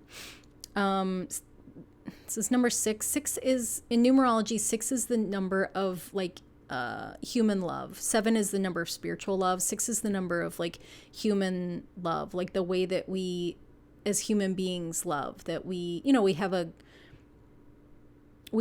because we're in a limited vessel, we have a limited capacity to experience love until we, you know, come into spiritual love, until we come to know spiritual love so that we can express spiritual love. But it feels like this inner conflict resolution, like it feels like that is coming after this like soul nourishment, that like when you're able to be with both sides of yourself, right? The light and the dark. And I feel like this rattlesnake is really like a perfect kind of representation of that shadow self, right? It's this part of us that like we don't really like to look at, and it feels like we can't control it, and it's a little bit dangerous. But then the parts that we do want to focus on are these like kind of wise, you know, good, you know, brilliant parts. But this third eye, this wisdom, knows that we are always a balance of both, and that until we can bring both parts into the light in equal measure, there's going to be a conflict. There's going to be a battle for the light. Even with this Nourish the Shadow card, there is still light here. You know, that worst case situation, your shadow will come out and steal the light when it needs to. It'll take over, you know, and present itself when it needs to. That you don't always get to be in the light all the time, acting in the way that you feel like is most acceptable or that gains the most approval from people. When you're able to balance out and really start to resolve that inner conflict, like you're going to release this part of yourself, this really deeply loving, you know, kind of dreamer, like this little, I feel like this goldfish in here, it's this symbolism for this really beautiful bright light inside of you, this confidence that we talked about, right? That when you give your shadow time to be in the light, it's going to show you what your confidence is. It's going to show you how confident you have the right to be, how confident you are entitled to be. Like, it's going to show you all the magic about you. You know, when she opened this little, when she uncorked this little, you know, fish bowl, like we've got these little bubbles that came out with these stars in here. Like you have this really beautiful magic inside of you that like it's just ready to come out. And I feel like, you know, looking at these, she's got these, you know, kind of scars and cut marks here that, you know, there's been some kind of wounding, right? That there's been some painful things that happen, and that might be why you bottled up that really kind of special magical part of you, to protect it, to keep it safe.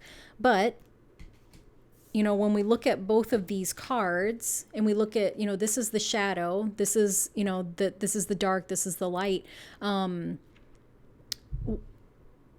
what are these two, what do they have that they need to protect themselves from, right? Like a rattlesnake, the rattlesnakes are predators. Like they don't have a lot, like they typically, you know, they're not preyed on by other things. The same thing with jaguars and like big cats, right? That they are, you know, pretty high up, you know, that maybe not necessarily apex predators, but they're pretty high up. They don't have to worry about the same things that maybe like mice or bunnies or like, you know, smaller softer creatures have to worry about. Like there's a fierceness and a strength that is in your shadow self that is all the protection that you need, that is always there. Like you don't need to put on the armor of this rattlesnake. You don't need to put on like the big teeth of this jaguar. Like these are inherently protective parts of you that are always there, that are always willing to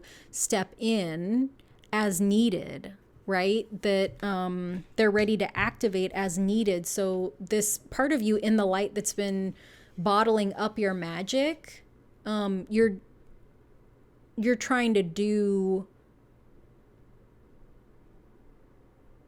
the things that like these strong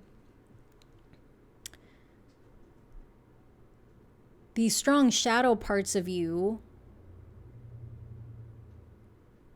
like they want to show you that like you can be confident enough that you don't have to hide this, that it's safe for you to show these magical parts of yourself, because whatever happens, you are strong enough that you can take care of yourself, that you can trust yourself.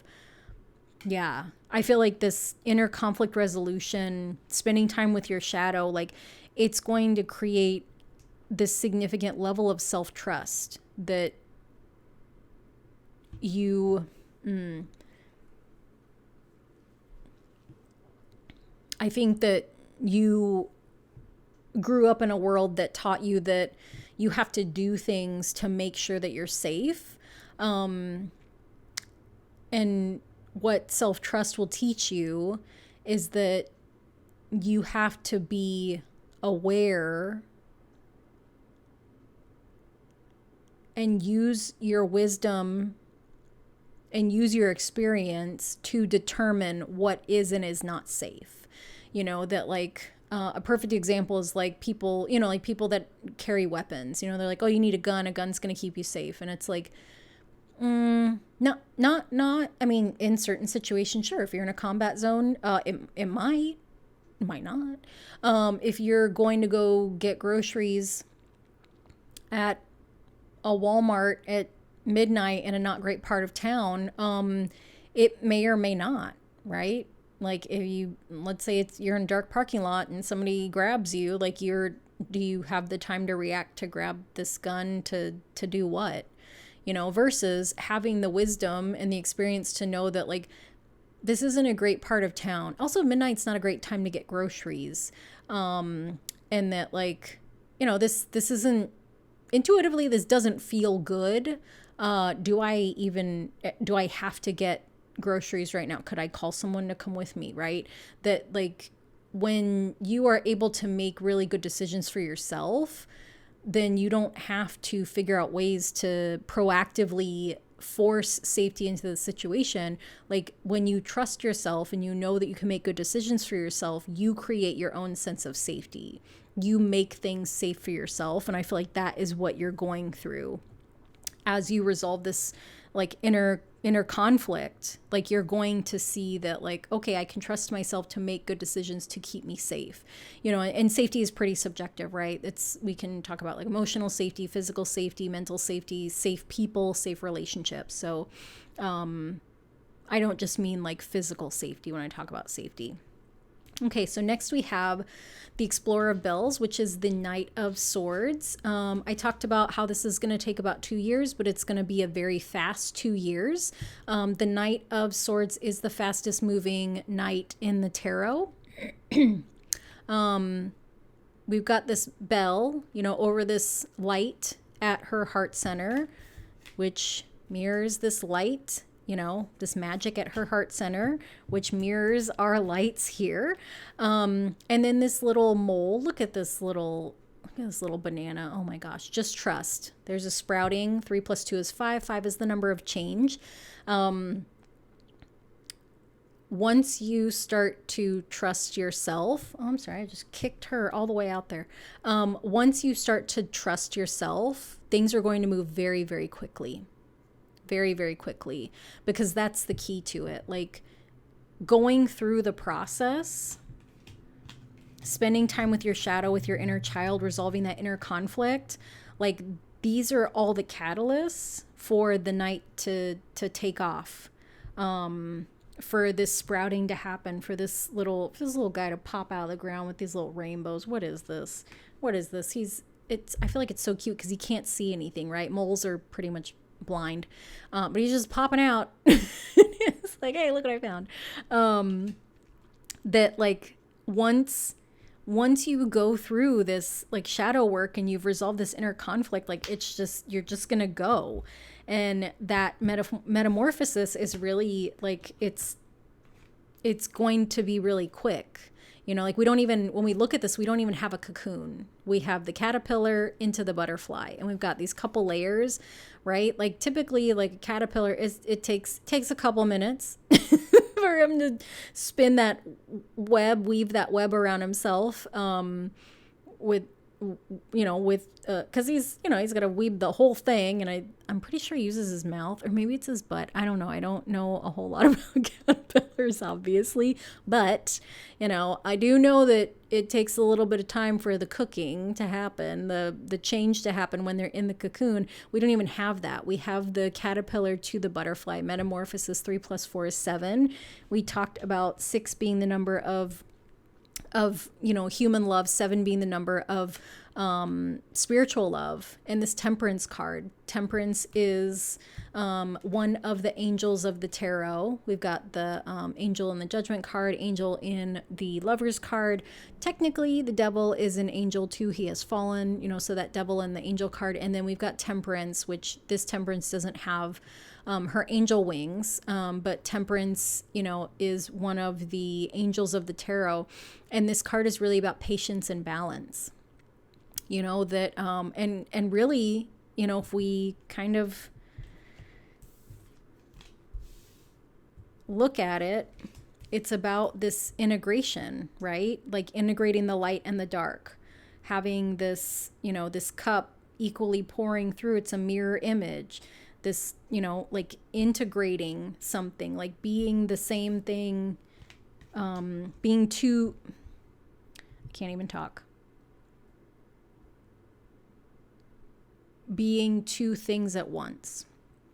That, the caterpillar becomes the butterfly. It's technically it's the same being, but it's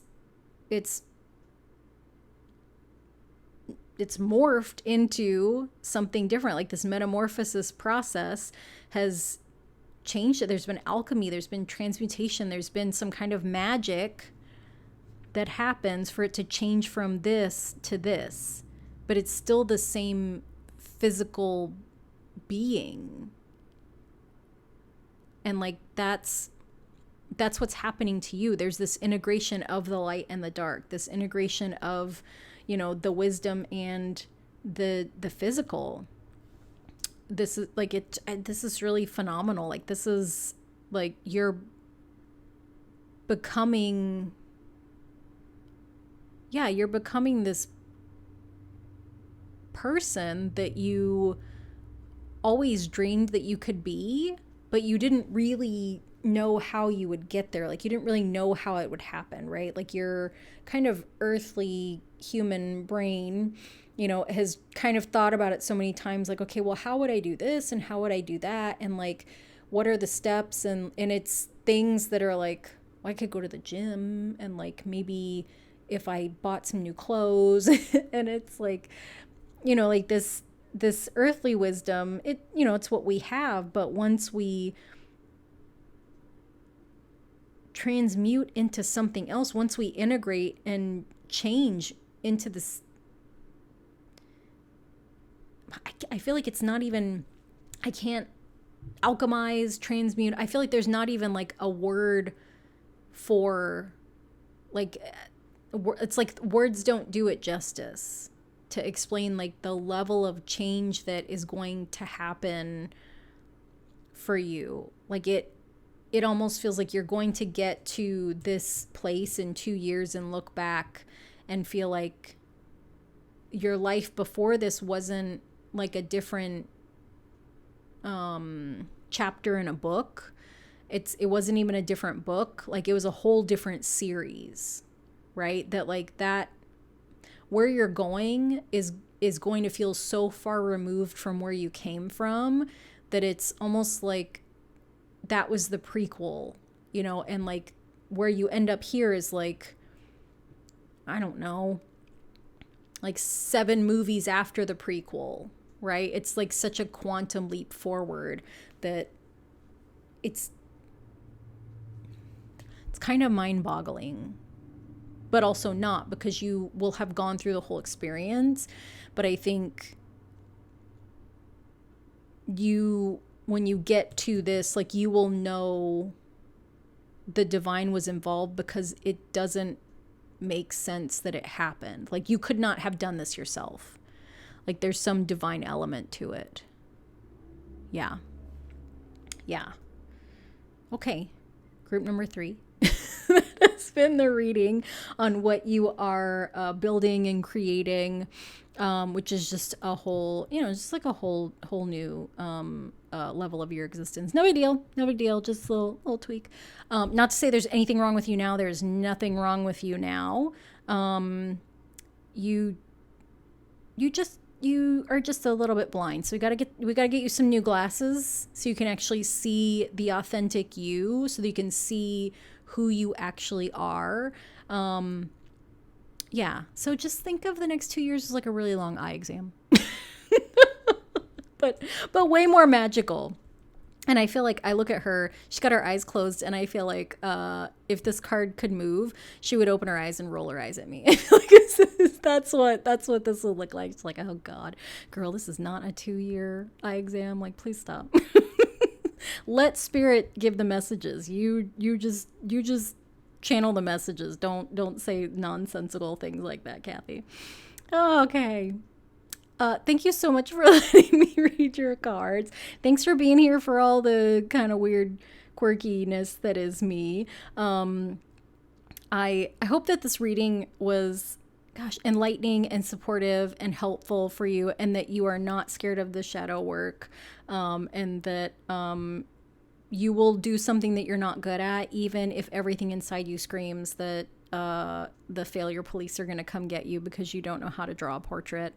I promise you they will not. As a recovering perfectionist, like, you're safe to do things that you are not good at in the privacy of your own home. No bad will come to you. Yeah. If you enjoyed this reading, I would love it if you would like and subscribe. I just want to say again, thank you for being here. Thank you for letting me read your cards. Thanks for hanging out.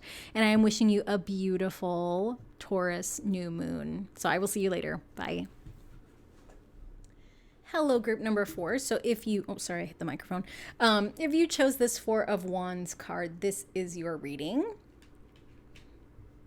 So I've got 4 tarot cards for you and 4 little bitty oracle cards. So let's see what we've got here.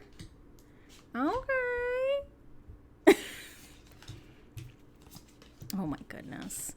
These cards are so stinking cute. I love animals. Okay. All right. Let's see. Okay. So this 4 of Wands, we've got these 2 people that are walking towards this kind of archway.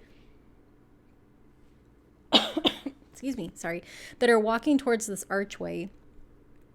And I feel like you are in the very early stages of this kind of building, creating energy. And I say that because they're a little ways back from this archway. Like, they see it, right? Like, this person almost has a little perplexed look on their face. Like, what is that? And this other person's like, I don't know. Should we keep going? Like, yeah, I guess. So, part of it, I feel a little bit of energy around, like, are we in the right place? Or like, with this picnic basket, it's almost like they were planning to have a picnic, but they were prepared if somebody else was already there. And so it feels like, you're coming out of this energy of always kind of expecting to be disappointed, and you're coming into this energy of being open to really good things starting to roll in, right? Like, I think that there's this, you know, with the city behind them, there's a little bit of like rigid structure, like because the concrete buildings feel kind of cold. It's all kind of melded together. Nothing really stands out. So it's feels like it's in the past, like we left it behind.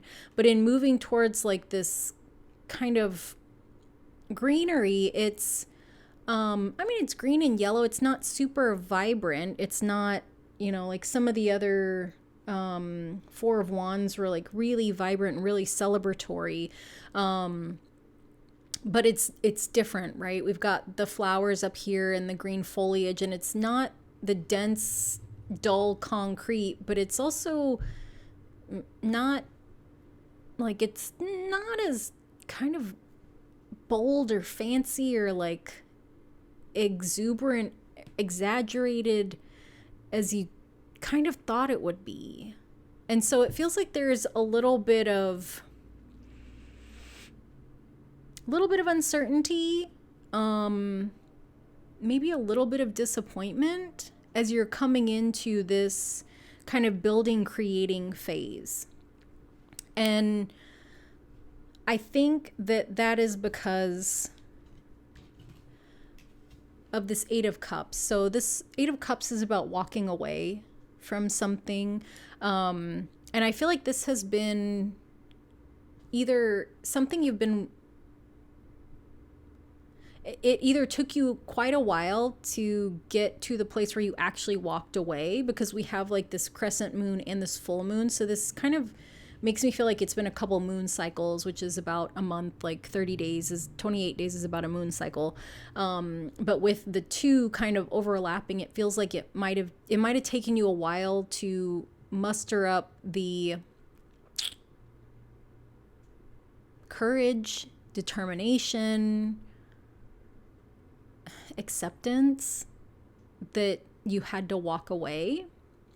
And I feel like, you know, we've got this, the 5 cups stacked here together and then the 3 cups stacked here together. They could have done 4 and 4, right? But the symbolism of the 5 here, 5 of cups is the card of grief, you know? So there's this sadness about having to leave something behind. 3 of cups is the card of celebration and connection. And then we have the 4 of cups, you know?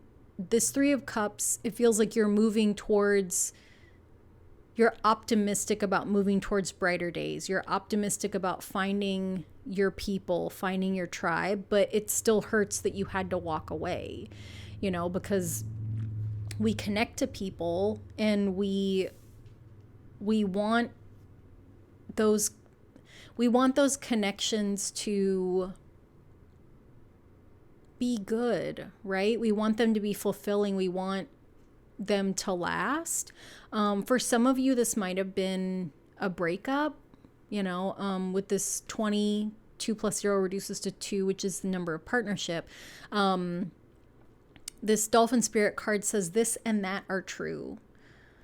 So we can have 2 competing truths at the same time, you know, and it can, you know, I think with the 8 of Cups, this is really spot on, that like we can know that we have to move on for better things to happen, but we can also be sad about having to leave things behind, you know? And so it's kind of this, it's almost like a liminal space, like feeling kind of caught in this in between, right? That like it's painful that things didn't work out and you're hopeful for this like celebration to come. But as you're moving into this, there's, you know, you're kind of not sure because it doesn't look like a celebration, right? You don't see people kind of toasting and things like that, but it's like there's something here, like this is something positive. But we're, you know, we still have a little bit of that heaviness with us. And then we've got this Fool card, and she's, you know, she's just walking along, starting this new adventure. She's got her little iPhone or iPod, whatever, listening to music, not a care in the world, can't hear her little dog barking at her about not walking off this cliff. And then we've got this Bat Spirit, a rebirth is assured. Number 5 is the number of change. Look at this little, oh my gosh, look at this little thing on his head. How cute is this little guy or girl? My gosh, so stinking adorable. Okay. Sorry, this is how the reading's gonna go. I'm just gonna fawn over all these little baby animals. Oh my gosh, especially this. Come on, come on. Okay, sorry. 5. Bat spirit, rebirth is assured, which goes perfectly with the Fool card because the Fool is the 0 card. 0 is a reset number. It's the number of new beginnings, but also, you know, she's got eyes up to the sky, sun at her back, not a care in the world. And it feels like the farther you move away from this, the farther you move away from the grief, the lighter you will become. And I feel like it's going to happen very quickly, but you're in this time of rebirth. So the thing that you are building and creating is essentially moving towards like a new life for yourself. This isn't like just one thing, like you're starting a new journey. So this could be like, I feel like everybody's new beginning looks different, right? Like some people aren't really attached to the work they do. And so like they can have a total like life shift, but still work at the same place because it's like, that's the place I go for money. But like my hobbies or my friend group or my education or my social, you know, environment, like that is much more significant. Or my aesthetic, you know, that's the way that I change. And so it feels like that's like, this is the big thing that you're coming into, right? And she also has the city far behind her, you know, just like these guys, there's that city background, but she's kind of in nature and there's much more color here. And then we've got, let me see, I'm trying to see, I can't tell which, I feel like sometimes there's an order to them and sometimes there's not. Like I feel like these two are existing at the same time. So we'll look at this one first. 8 of Wands, card of very fast movement. On the motorcycle, all the wands are moving, you know, she's hauling ass in the desert. And then we've got this skunk spirit, which is 5 plus 4 is 9. So we've got the 8 of Wands and then this 9. Know your worth. I feel like once you start on this kind of new fool's journey and you're going through this rebirth, like what you're going to do is you're going to rediscover yourself, and that is going to bring you to this understanding of what your worth is. And I feel like the best part about this little card is that we have this skunk, but it's on a flower. And like, if you ever watched Bambi, the little skunk in Bambi, her name was Flower, which is like, it's such an adorable play on words because, you know, like skunks, when they spray it stinks really bad, but to name a baby skunk Flower, which flowers smell good. It's so, I love it because it is very much like this and that are true, right? That like you can be an animal that has the capacity to make it real stinky for people, but you can also be named after something that smells lovely, you know, that this and that are true. And I feel like it's just kind of this kind of unfolding for you, that as you're on this fool's journey, like there's so many things that you're starting to learn, you know, about yourself, about your capabilities, about, that it's okay to feel contradicting feelings at the same time almost. Because we talked about, you know, that these people have the plan to have this picnic and they're hopeful that the space is available, and as they're approaching it they're not really sure, but it looks like it is. So it's like, okay, well, it doesn't look like anybody's there, so like we can have our picnic, you know. So it's almost like there can be apprehension and hopefulness at the same time, apprehension and optimism at the same time.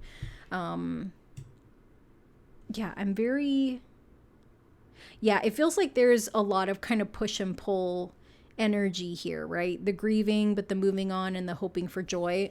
This Knight of Pentacles card and this grasshopper spirit, take a leap of faith. This little, look at, he's got a little crown on. Look at this little cutie patootie.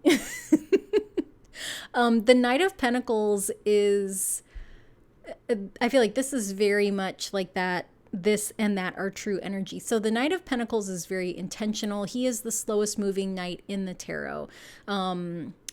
earth energy is not fast, right? Like how long does it take for a mountain to form? Eons. Like the how many times does a tectonic plate have to move for an island to develop, right? Like it's not it's something that can't be controlled. It's not tangible. You can't force it. It happens when it happens, because that's kind of the magic of earth energy, right? And pentacles are earth. Knights are action. So this is very slow, intentional action. We've got the knight, you know, on the horse. The horse isn't moving. This horse is like, nope, no thank you. I don't know what's happening. I'm just going to hang out here with this person sitting on my back. And then we have this grasshopper spirit, which is take a leap of faith, you know, which is very much the Fool card, but they're facing each other, right? So it's almost like you are coming to a crossroads of the old way, which is planning and needing certainty before you make a move, and this new way of just having faith that you can leap forward, right? That like, well, I got the legs I got the hops, so I could just do it, you know? And I feel like the thing that you're creating is really like this, gosh, it's not even that you're creating it. I feel like you're open to the universe molding you into what it needs you to be. And that this kind of push-pull energy, the this or that, you know, the dichotomy of the flower, or the skunk named Flower, the dichotomy of the old way of being very still versus the new way of taking the leap, this rebirth, like it's very much rooted in just this, you know, this energy that I keep coming back to, where it's like, we're going to be optimistic that we can have a picnic. We're going to move forward with the picnic. And if somebody else is there and in the picnic spot, then we'll figure it out.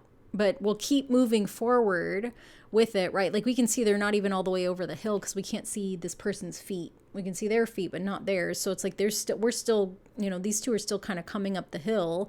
So maybe they're unsure if like there's somebody else that could be there that they can't see.